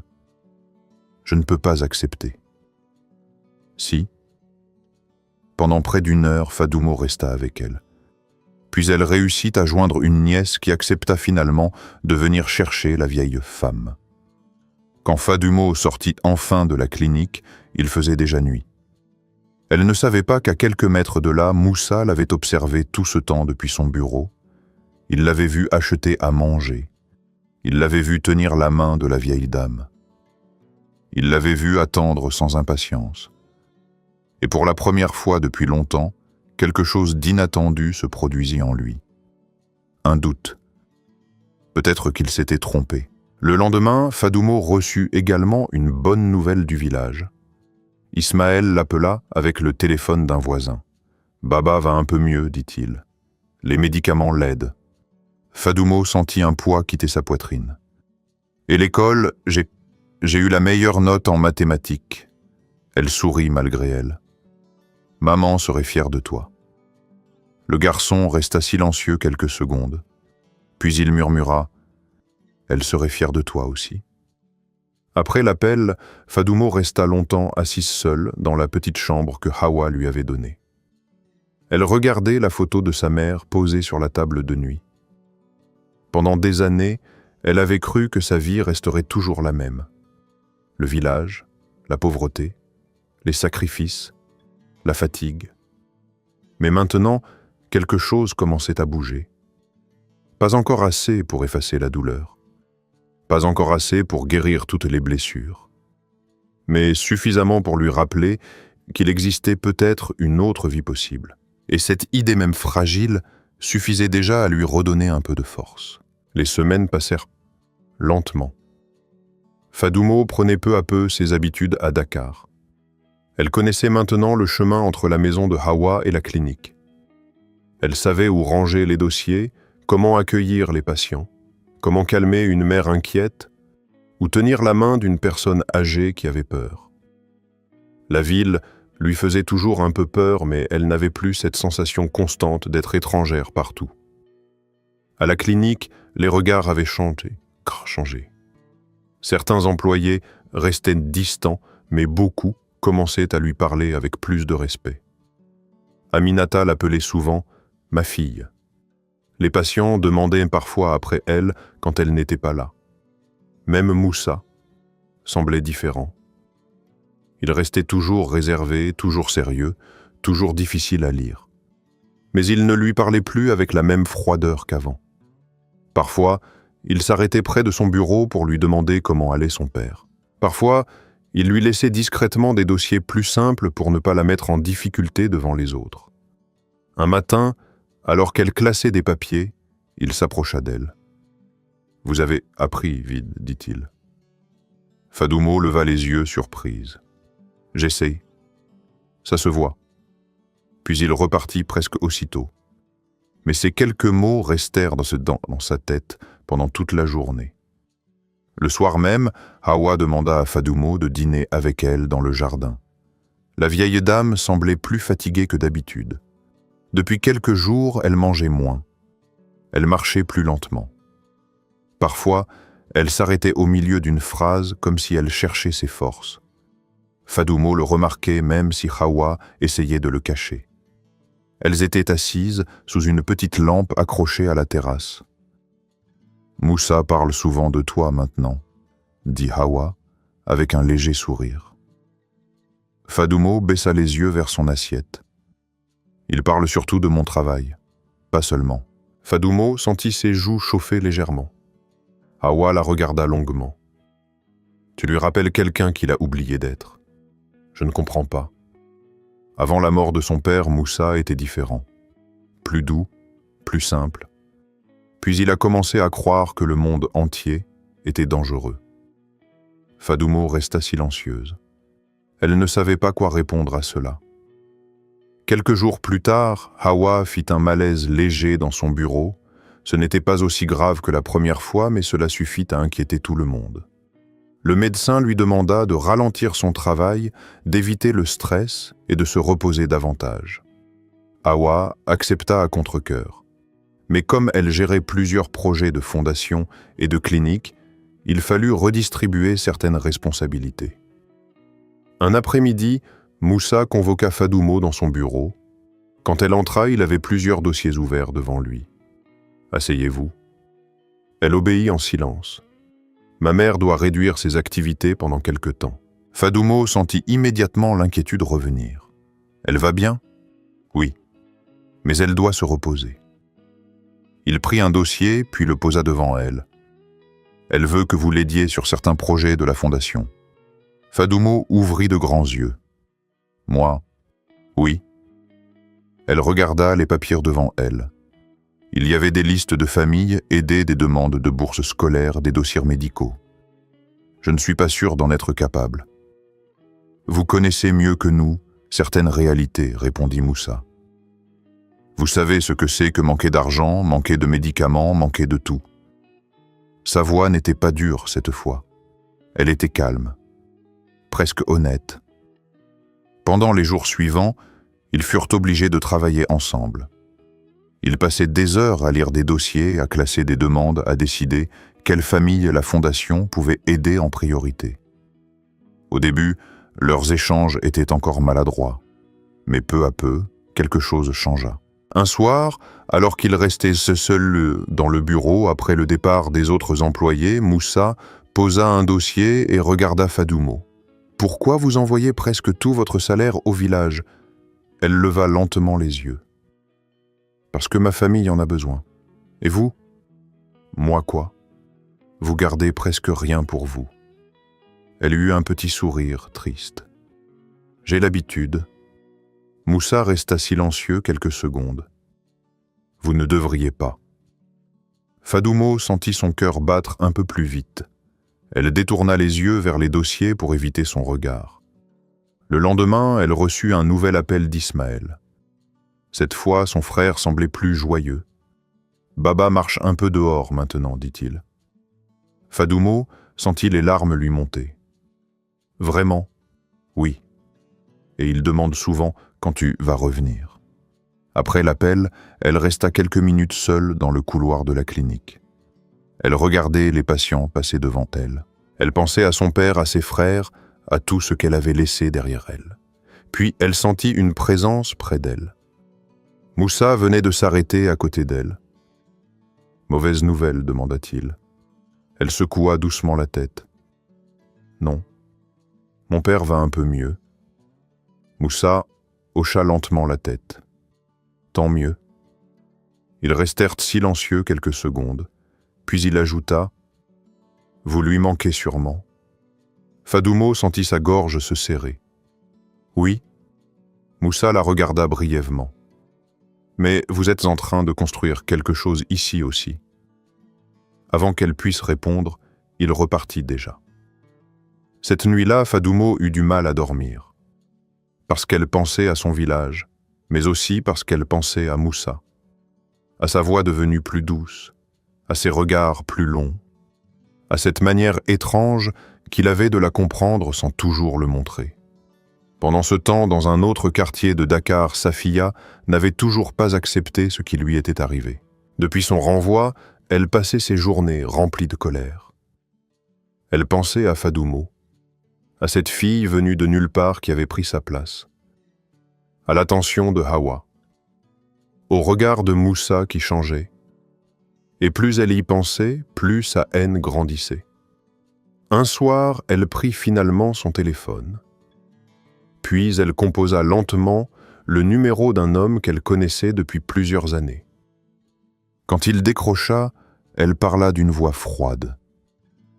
« J'ai quelque chose qui pourrait vous intéresser sur la famille Ndiaye. » Quelques jours après cet appel mystérieux, les choses commencèrent à changer autour de Fadoumo. Au début, ce furent de petits détails. Des employés qui se taisaient brusquement quand elle est entrée dans une pièce. Des regards étranges dans les couloirs, des murmures qu'elle n'arrivait pas à entendre complètement, mais qui semblaient toujours parler d'elle. Puis, un matin, alors qu'elle prenait son thé, dans la petite cuisine de la clinique Aminata, entra précipitamment. « Ma fille, tu as vu ça ?» Elle tendit son téléphone à Fadoumo. Sur l'écran, il y avait une publication sur les réseaux sociaux. Une photo de Fadoumo devant la maison de Hawa. Une autre où on la voyait sortir de la clinique avec Moussa. Et au-dessus, une phrase écrite en gros caractères « Certaines filles savent très bien comment utiliser leur pauvreté pour séduire les riches. » Fadoumo sentit son visage devenir blanc. Elle prit le téléphone entre ses mains tremblantes. Sous la publication, il y avait des dizaines de commentaires. Ces filles de village sont prêtes à tout. Elle a sûrement menti pour se faire remarquer. Moussa Ndiaye devrait faire attention. Elle veut seulement l'argent de cette famille. Fadoumo sentit sa gorge se bloquer. Elle rendit le téléphone à Aminata sans dire un mot. Toute la journée, elle essaya de continuer son travail, comme si rien n'était arrivé. Mais partout où elle passait, elle avait l'impression que les gens la regardaient différemment. Même certains patients semblaient la reconnaître. À midi, elle s'enferma seule, dans une petite réserve pour pleurer en silence. Elle pensait à son père, à son village. Elle savait que ces rumeurs finiraient par arriver jusque-là. Et ce fut exactement ce qui se passa. Le soir, Ismaël l'appela. Mais cette fois, sa voix était différente, plus basse, plus triste. « Il y a des gens qui parlent au village, dit-il. » Fadoumo ferma les yeux. Qu'est-ce qu'ils disent? Ils disent que tu vis chez les riches, que tu as oublié la famille, que tu veux épouser Moussa pour avoir son argent. Elle sentit une douleur profonde lui traverser la poitrine. Et Baba? Il hésita quelques secondes. Il a entendu certaines choses au marché. Il n'a rien dit, mais je vois que ça lui fait mal. Fadoumo ne répondit plus. Elle avait l'impression d'étouffer. Quand l'appel se termina, elle resta longtemps assise seule sur son lit. Elle regardait la photo de sa mère. Elle se demandait pourquoi le bonheur semblait toujours avoir un prix trop lourd. Le lendemain matin, Hawa remarqua immédiatement son visage fatigué. « Qu'est-ce qu'il y a ?» Fadoumo essaya de sourire. Rien. Mais Hawa connaissait trop bien ce genre de regard. Elle insista. Alors Fadoumo lui montra finalement les publications. Hawa les lut lentement. Son visage devint plus dur à chaque ligne. « C'est Safia, murmura-t-elle. « Je ne sais pas. Moi je sais. » Elle posa le téléphone sur la table. Les gens qui n'ont pas de paix dans leur cœur essaient toujours de détruire celle des autres. Fadoumo sentit les larmes revenir. « J'ai envie de rentrer au village. » Hawa la regarda longuement. « Et faire quoi là-bas? Au moins, je n'aurai plus besoin de supporter tout ça. » « Non, Fadoumo. Là-bas, tu trouveras les mêmes regards, les mêmes rumeurs, les mêmes méchancetés. » Elle prit doucement la main de la jeune femme. « Si tu pars maintenant, ils gagneront. » Fadoumo baissa les yeux. « Je suis fatigué. »« Je sais. » Un silence s'installa. Puis Hawa ajouta doucement. « Mais ta valeur ne dépend pas de ce que les gens racontent sur toi. » Quelques heures plus tard, alors que Fadoumo travaillait à l'accueil, 2 femmes entrèrent dans la clinique. Elles la regardèrent immédiatement. L'une d'elles murmura quelque chose à l'autre avant de sourire d'un air méprisant. Fadoumo sentit la honte remonter encore une fois. Elle baissa la tête sur les papiers qu'elle tenait. Mais soudain, une voix calme retentit derrière elle. « Si vous avez quelque chose à dire, dites-le clairement. » Fadoumo se retourna. Moussa venait d'entrer dans la salle. Les 2 femmes semblèrent gênées. « Nous ne disions rien, répondit l'une d'elles. Moussa les regarda quelques secondes. Alors gardez vos regards pour vous. Les femmes baissèrent les yeux. Fadoumo resta immobile. C'était la première fois qu'il la défendait devant quelqu'un. Le soir, alors qu'elle quittait la clinique, Moussa la rattrapa sur le parking. « Attendez. » Elle se retourna lentement. Il semblait hésiter. « Je voulais vous dire quelque chose. » Fadoumo resta silencieuse. « J'ai vu les publications. » Elle baissa les yeux. « Je suis désolée. » Elle releva brusquement la tête. Pourquoi Moussa inspira profondément? Parce que j'aurais dû vous défendre plus tôt. Parce que j'ai laissé les gens parler.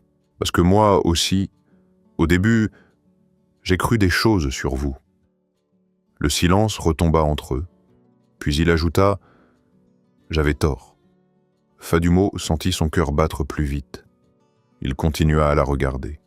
« Vous êtes la personne la plus honnête que j'ai rencontrée depuis longtemps. » Elle sentit ses yeux se remplir de larmes. Mais cette fois, ce n'étaient pas des larmes de honte.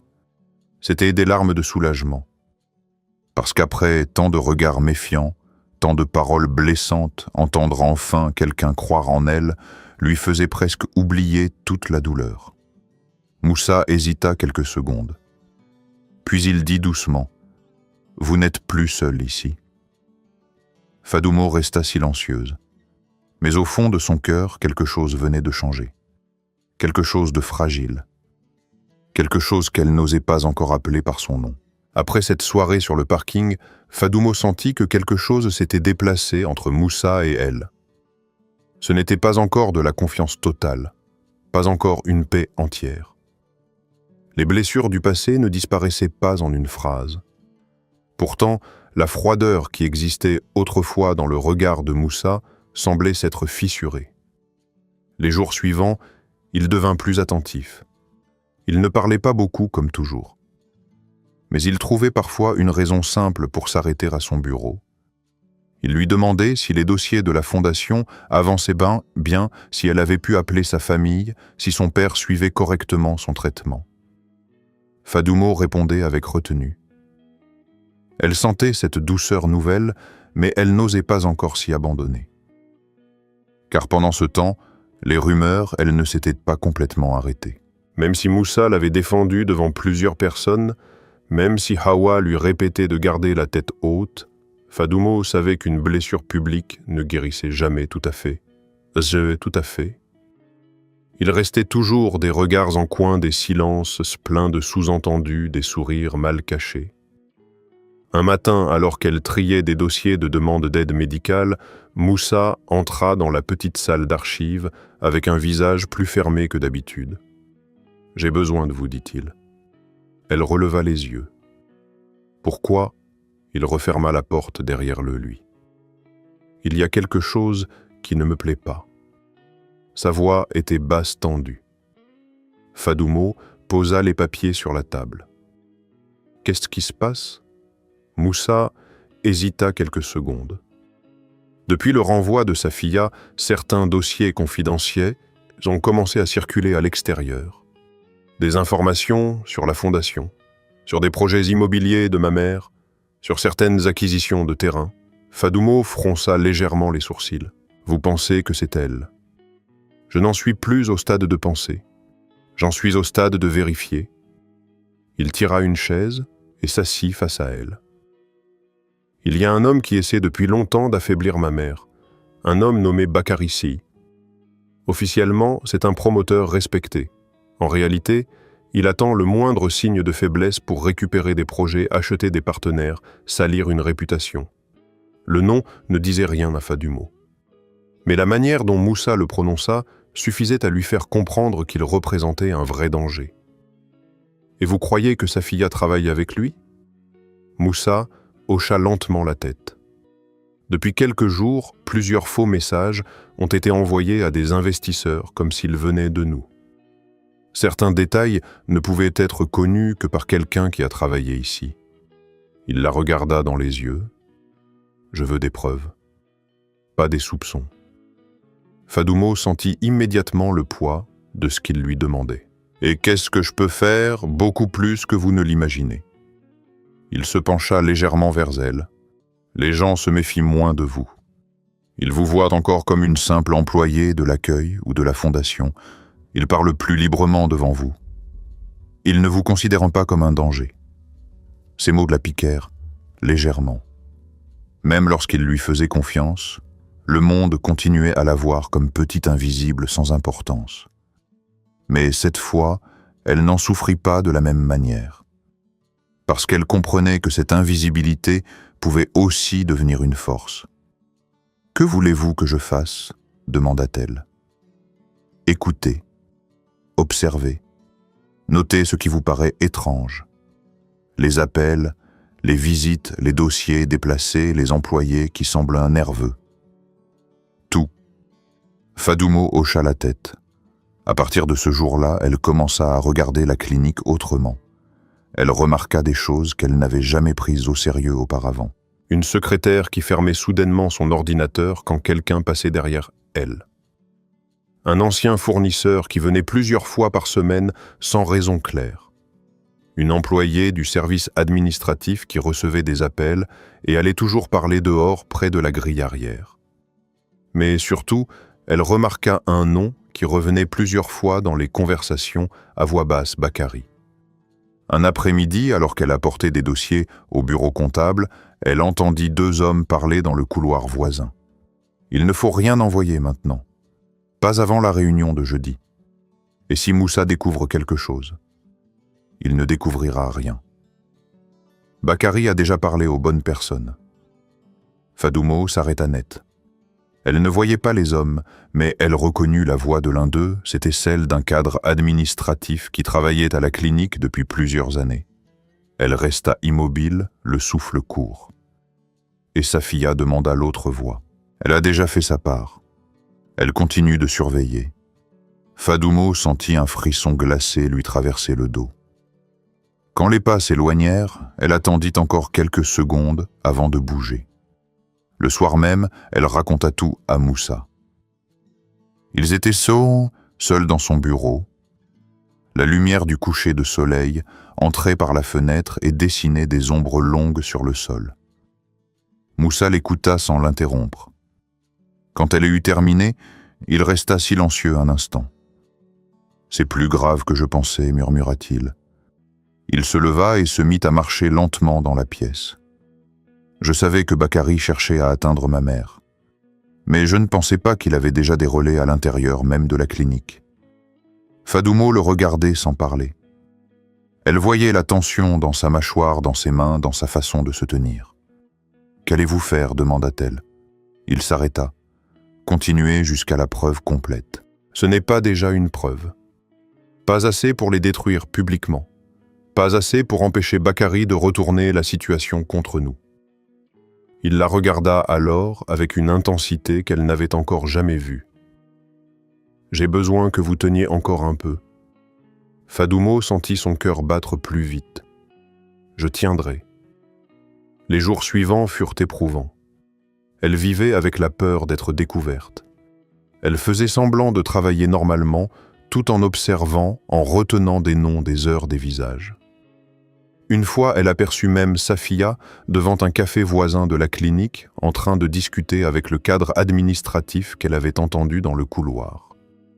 Safia portait de grandes lunettes noires comme si elle voulait se cacher, mais Fadoumo la reconnut immédiatement à sa manière de se tenir, à son rire bref, à ce mélange d'arrogance et de rancune qui semblait ne jamais la quitter. Cette vision la bouleversa plus qu'elle ne l'aurait cru. Elle comprit alors que Safia n'avait jamais seulement voulu la salir. Elle voulait atteindre Awa à travers elle, atteindre Moussa, déstabiliser toute la famille. Le jeudi arriva enfin. Une grande réunion devait se tenir dans la salle de conférence de la clinique.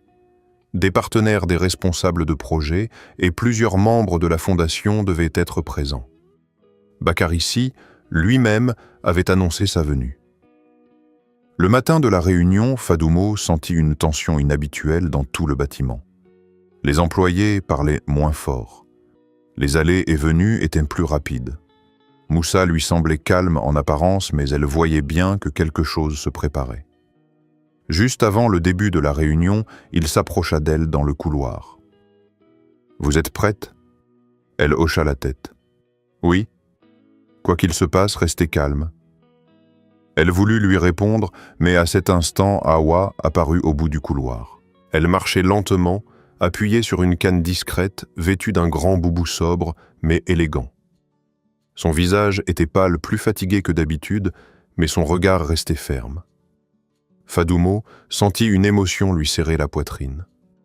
Parce qu'elle comprit tout de suite que malgré sa santé fragile, Awa avait choisi d'être là elle aussi. Non pas pour assister simplement à une réunion, mais pour affronter ceux qui essayaient de la faire tomber. Et dans ce couloir silencieux, juste avant que les portes de la salle ne s'ouvrent, Fadoumo comprit que la vérité allait enfin sortir au grand jour. La salle de conférence était plus froide que le reste du bâtiment. L'air conditionné soufflait doucement au-dessus des têtes, mais Fadoumo avait pourtant l'impression d'avoir les paumes brûlantes. Elle resta près du mur, un carnet serré contre elle, pendant que les invités prenaient place autour de la grande table ovale. Il y avait plusieurs responsables de la fondation, 2 juristes des partenaires financiers, quelques cadres de la clinique et au bout de la table Bakary. Fadoumo le reconnut tout de suite. C'était un homme d'une 50aine d'années, très bien habillé, le visage calme, presque trop calme. Il portait un costume clair, une montre brillante et un sourire discret qui ne touchait jamais vraiment ses yeux.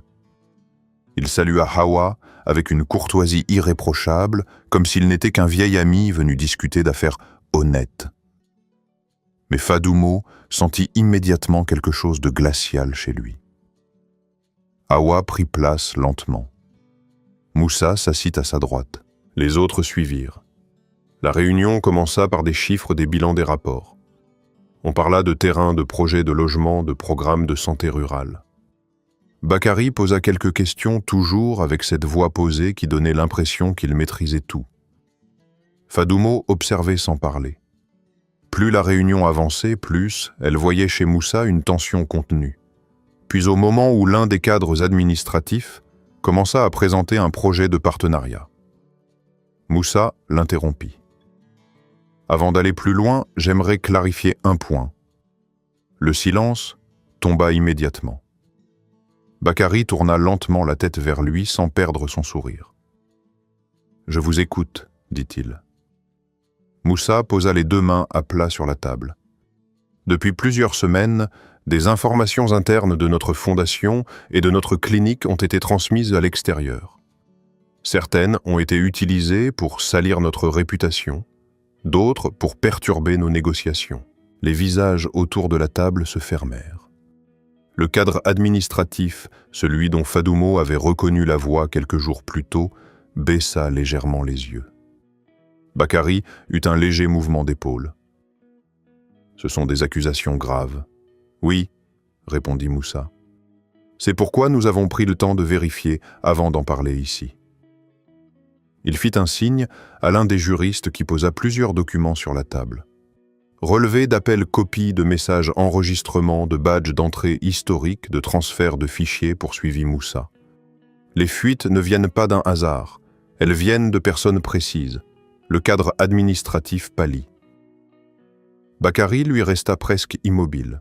« Vous semblez très sûr de vous, dit-il calmement. »« Je le suis. » Moussa ouvrit alors un dossier et en sortit plusieurs feuilles. « Monsieur Diallo, dit-il en regardant le cadre administratif, vous avez transmis des copies de dossiers confidentiels à une adresse liée à une société écran appartenant à Bakary.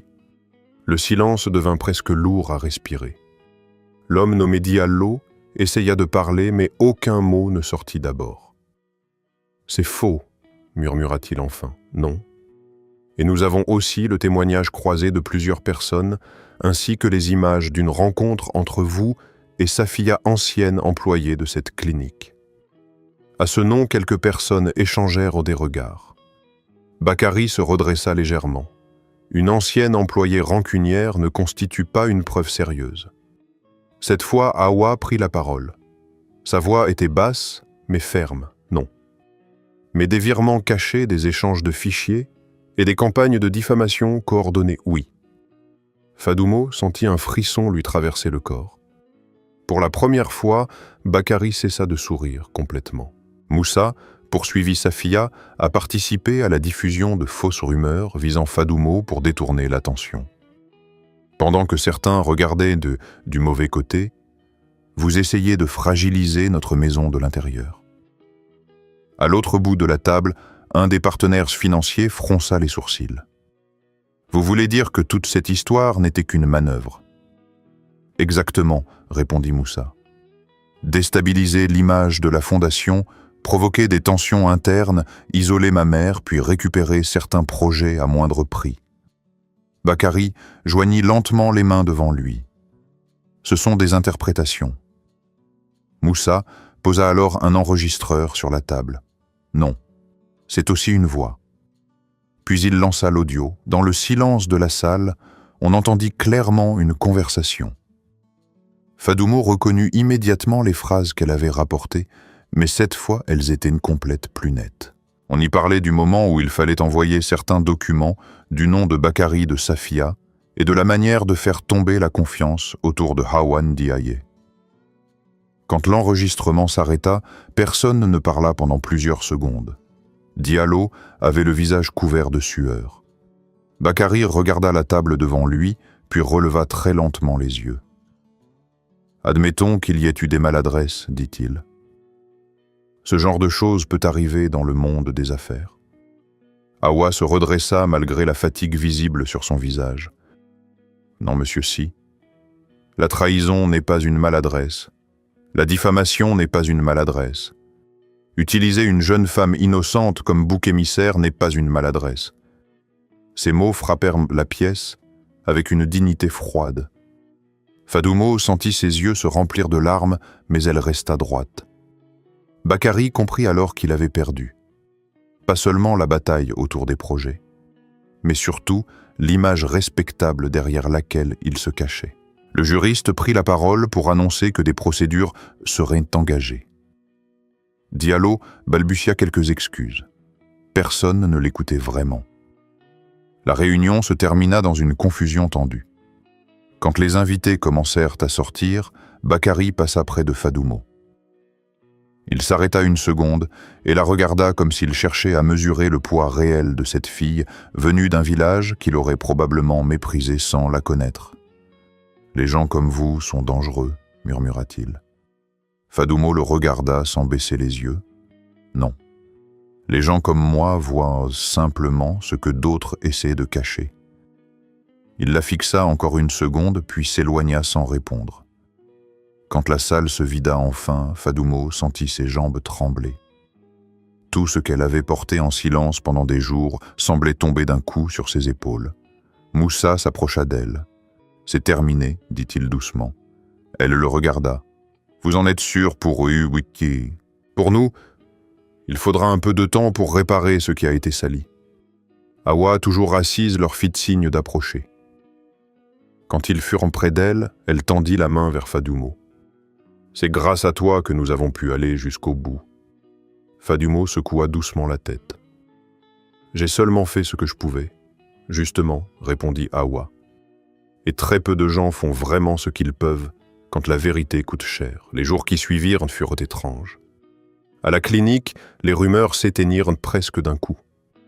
Les mêmes personnes qui regardaient autrefois Fadoumo avec méfiance se montrèrent soudain polies, parfois même excessivement respectueuses. Cela la mettait mal à l'aise.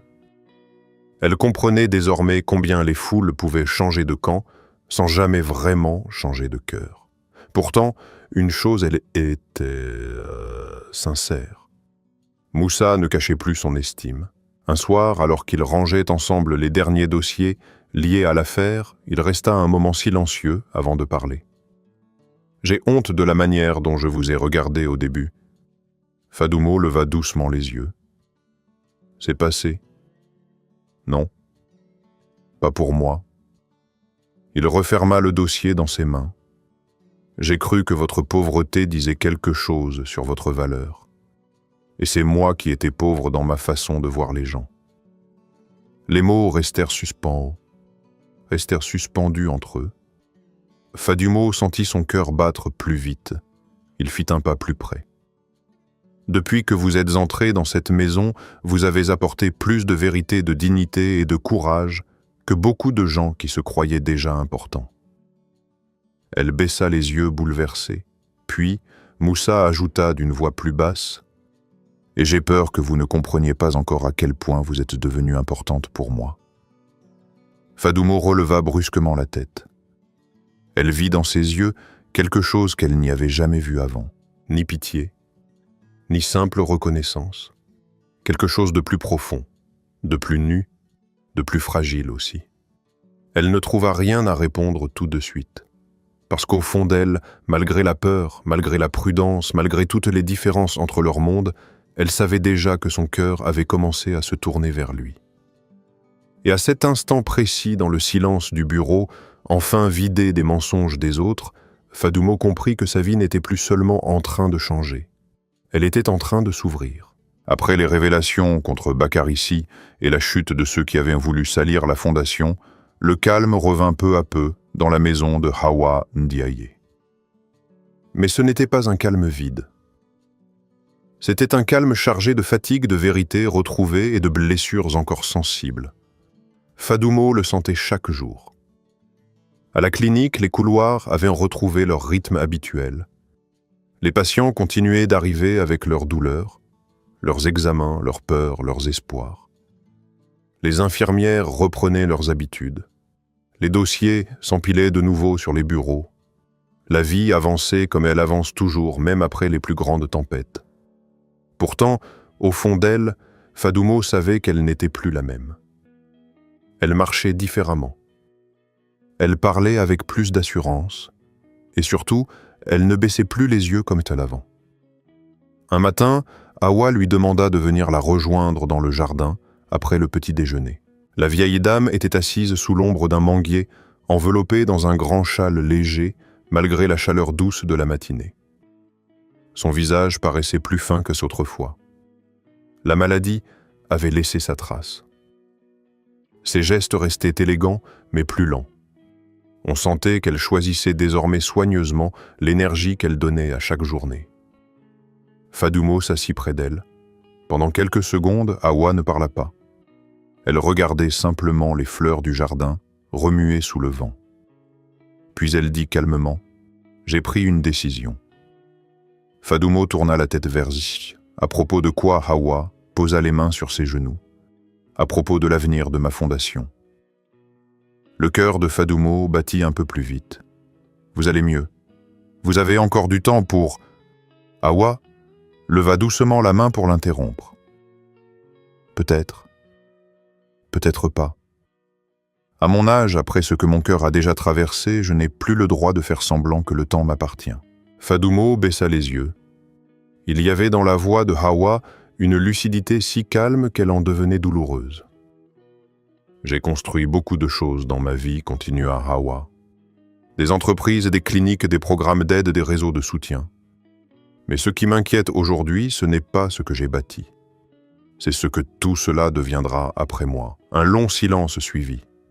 Puis Hawa se tourna vers elle. « Je veux que tu prennes une part importante dans la direction morale de ma fondation. » Fadoumo resta immobile.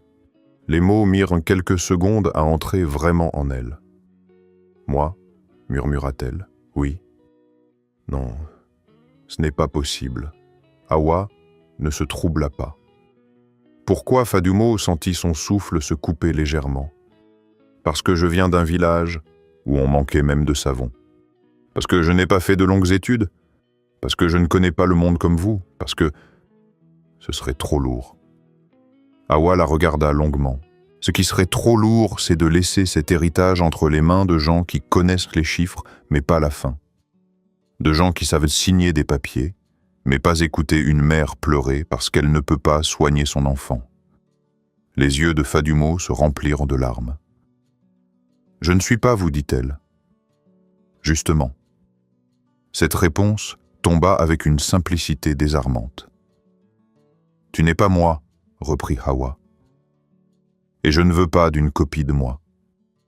Je veux quelqu'un qui apporte ce que moi-même je n'aurais peut-être jamais pu apporter seul, la mémoire de la pauvreté, la patience de celles qui ont attendu la dignité, de celles qui ont été humiliées sans se salir le cœur. » Fadoumo détourna le visage bouleversé. Depuis des années, elle avait appris à survivre, pas à recevoir une telle confiance. Recevoir du pain quand on a faim est une chose. Recevoir une place dans l'avenir d'une autre personne en est une autre. « J'ai peur de ne pas être à la hauteur », murmura-t-elle. Hawa posa alors une main légère sur la sienne. La peur n'est pas un défaut. Parfois, c'est même la preuve qu'on mesure la valeur de ce qu'on reçoit. Ce soir-là, Fadoumo parla longuement avec Moussa. Ils étaient dans le salon après le dîner. La maison était silencieuse. Au loin, on entendait seulement quelques voitures passer dans la rue et le cliquetis discret des assiettes que la cuisinière rangeait dans la cuisine. Fadoumo lui raconta tout. Moussa l'écouta sans l'interrompre. Quand elle eut fini, il resta quelques secondes les mains jointes, le regard tourné vers le sol. « Et toi, qu'est-ce que tu veux » demanda-t-il enfin. Fadoumo fronça légèrement les sourcils. « Je ne sais pas. »« Si. Au fond de toi, tu le sais. » Elle hésita. « Je veux aider les gens comme nous. » Il releva les yeux. « Alors pourquoi refuses-tu ce qui te permettrait justement de le faire ?» Fadoumo sentit monter son trouble. « Parce que j'ai peur que tout cela ne soit pas vraiment ma place. Peur de me réveiller un jour et de découvrir que j'étais seulement une exception tolérée pas quelqu'un qui avait vraiment le droit d'être là. Le regard de Moussa changea. Il s'approcha d'elle un peu davantage. « Écoute-moi bien, Fadoumo. Tu n'es pas ici parce que ma mère a eu pitié de toi. Tu n'es pas ici parce qu'un hasard t'a laissé entrer par une porte qui n'était pas faite pour toi. » Sa voix était basse, grave, sincère. « Tu es ici parce que tu as sauvé une vie sans rien attendre. Parce que tu as résisté à l'humiliation sans devenir méchante. Parce que tu vois les êtres humains là où d'autres ne voient que des statues, des vêtements ou des comptes bancaires. » Fadoumo sentit son cœur se serrer. Et si j'échoue, Moussa eut un léger sourire triste. « Alors tu apprendras. Comme tout le monde. Mais échouer en essayant d'être juste vaut mieux que réussir en n'ayant jamais eu de cœur. » Elle baissa les yeux. Puis après un long silence, elle murmura « J'aimerais aussi retourner au village. Pour y rester, pas seulement. Pour y faire quelque chose. » Moussa comprit immédiatement. Il hocha lentement la tête. « Alors fais-le. » Quelques semaines plus tard, Fadoumo retourna enfin chez elle. Cette fois, elle ne revenait pas comme une fille épuisée rentrant les mains vides après le marché. Elle revenait droite, plus calme, plus forte, sans luxe inutile, mais avec cette lumière intérieure qu'aucun vêtement ne peut donner. À ses côtés, Hawa avait tenu à venir malgré la fatigue. Moussa aussi les accompagnait. Quand la voiture entra dans le village, les habitants sortirent de leur maison comme la première fois. Mais leurs regards n'étaient plus les mêmes. Il y avait de la curiosité, bien sûr, mais aussi de la gêne. Parce que beaucoup se souvenaient des paroles méprisantes, des jugements rapides des rumeurs. Fadoumo descendit du véhicule et chercha immédiatement son père des yeux. Abchir était là debout, avec un bâton plus maigre qu'avant, mais réellement debout. Quand il la vit, ses yeux se remplirent de larmes. Fadoumo courut vers lui. Il l'accueillit dans ses bras comme il put. « Tu as changé, » murmura-t-il. Elle secoua doucement la tête contre son épaule. « Mais non, Baba, je suis toujours ta fille. » Ismaël arriva à son tour, presque plus grand qu'elle maintenant, un sourire immense sur le visage. Ce jour-là, tout le village apprit pourquoi ils étaient en venue. Sur un terrain situé non loin de la petite route principale, Hawa et Fadoumo inaugurèrent un modeste centre de soins communautaires. Ce n'était pas un grand bâtiment, pas quelque chose de luxueux, mais les murs étaient nés propres, les salles claires, le matériel simple mais utile. Et au-dessus de l'entrée, une plaque portait un nom qui fit trembler Fadoumo en le lisant « Centre de soins Amina Abchir », le nom de sa mère. Fadoumo porta une main à sa bouche, incapable de parler pendant quelques secondes. « C'est toi qui dois l'ouvrir », dit doucement Hawa. Alors, devant les habitants du village, devant son père, ses frères Moussa et tous ceux qui l'avaient un jour regardé de haut, Fadoumo coupa le ruban d'inauguration avec des mains tremblantes. Quand elle prit finalement la parole, sa voix était douce mais ferme. « J'ai longtemps cru que la pauvreté condamnait une personne à demander à subir à se taire. Aujourd'hui, je comprends qu'elle peut aussi apprendre à voir la douleur des autres avec plus de vérité. Ce lieu n'existe pas pour montrer qu'une pauvre fille a eu de la chance. Il existe pour rappeler qu'aucune vie ne devrait être sauvée ou perdue selon la richesse qu'elle possède. » Un silence profond suivit ces mots. Puis des applaudissements éclatèrent. Fadoumo tourna légèrement la tête vers Hawa, puis vers Moussa. Elle comprit alors que la justice n'arrivait pas toujours comme dans les contes d'un seul coup avec fracas.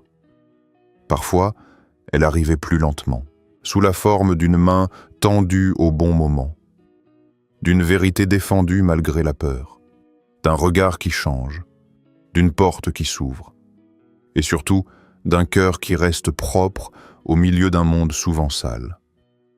Ce soir-là, en regardant le soleil descendre sur son village, Fadoumo sentit enfin quelque chose qu'elle n'avait presque jamais connu dans sa vie, la paix. Avant de nous quitter, prenez un instant pour respirer avec cette histoire. Parce qu'au fond, ce que nous venons de voir ne parle pas seulement de pauvreté ou de richesse. Cela parle de dignité. Cela parle de la valeur d'un cœur sincère dans un monde où beaucoup jugent trop vite selon les vêtements, l'origine, le langage ou la condition sociale.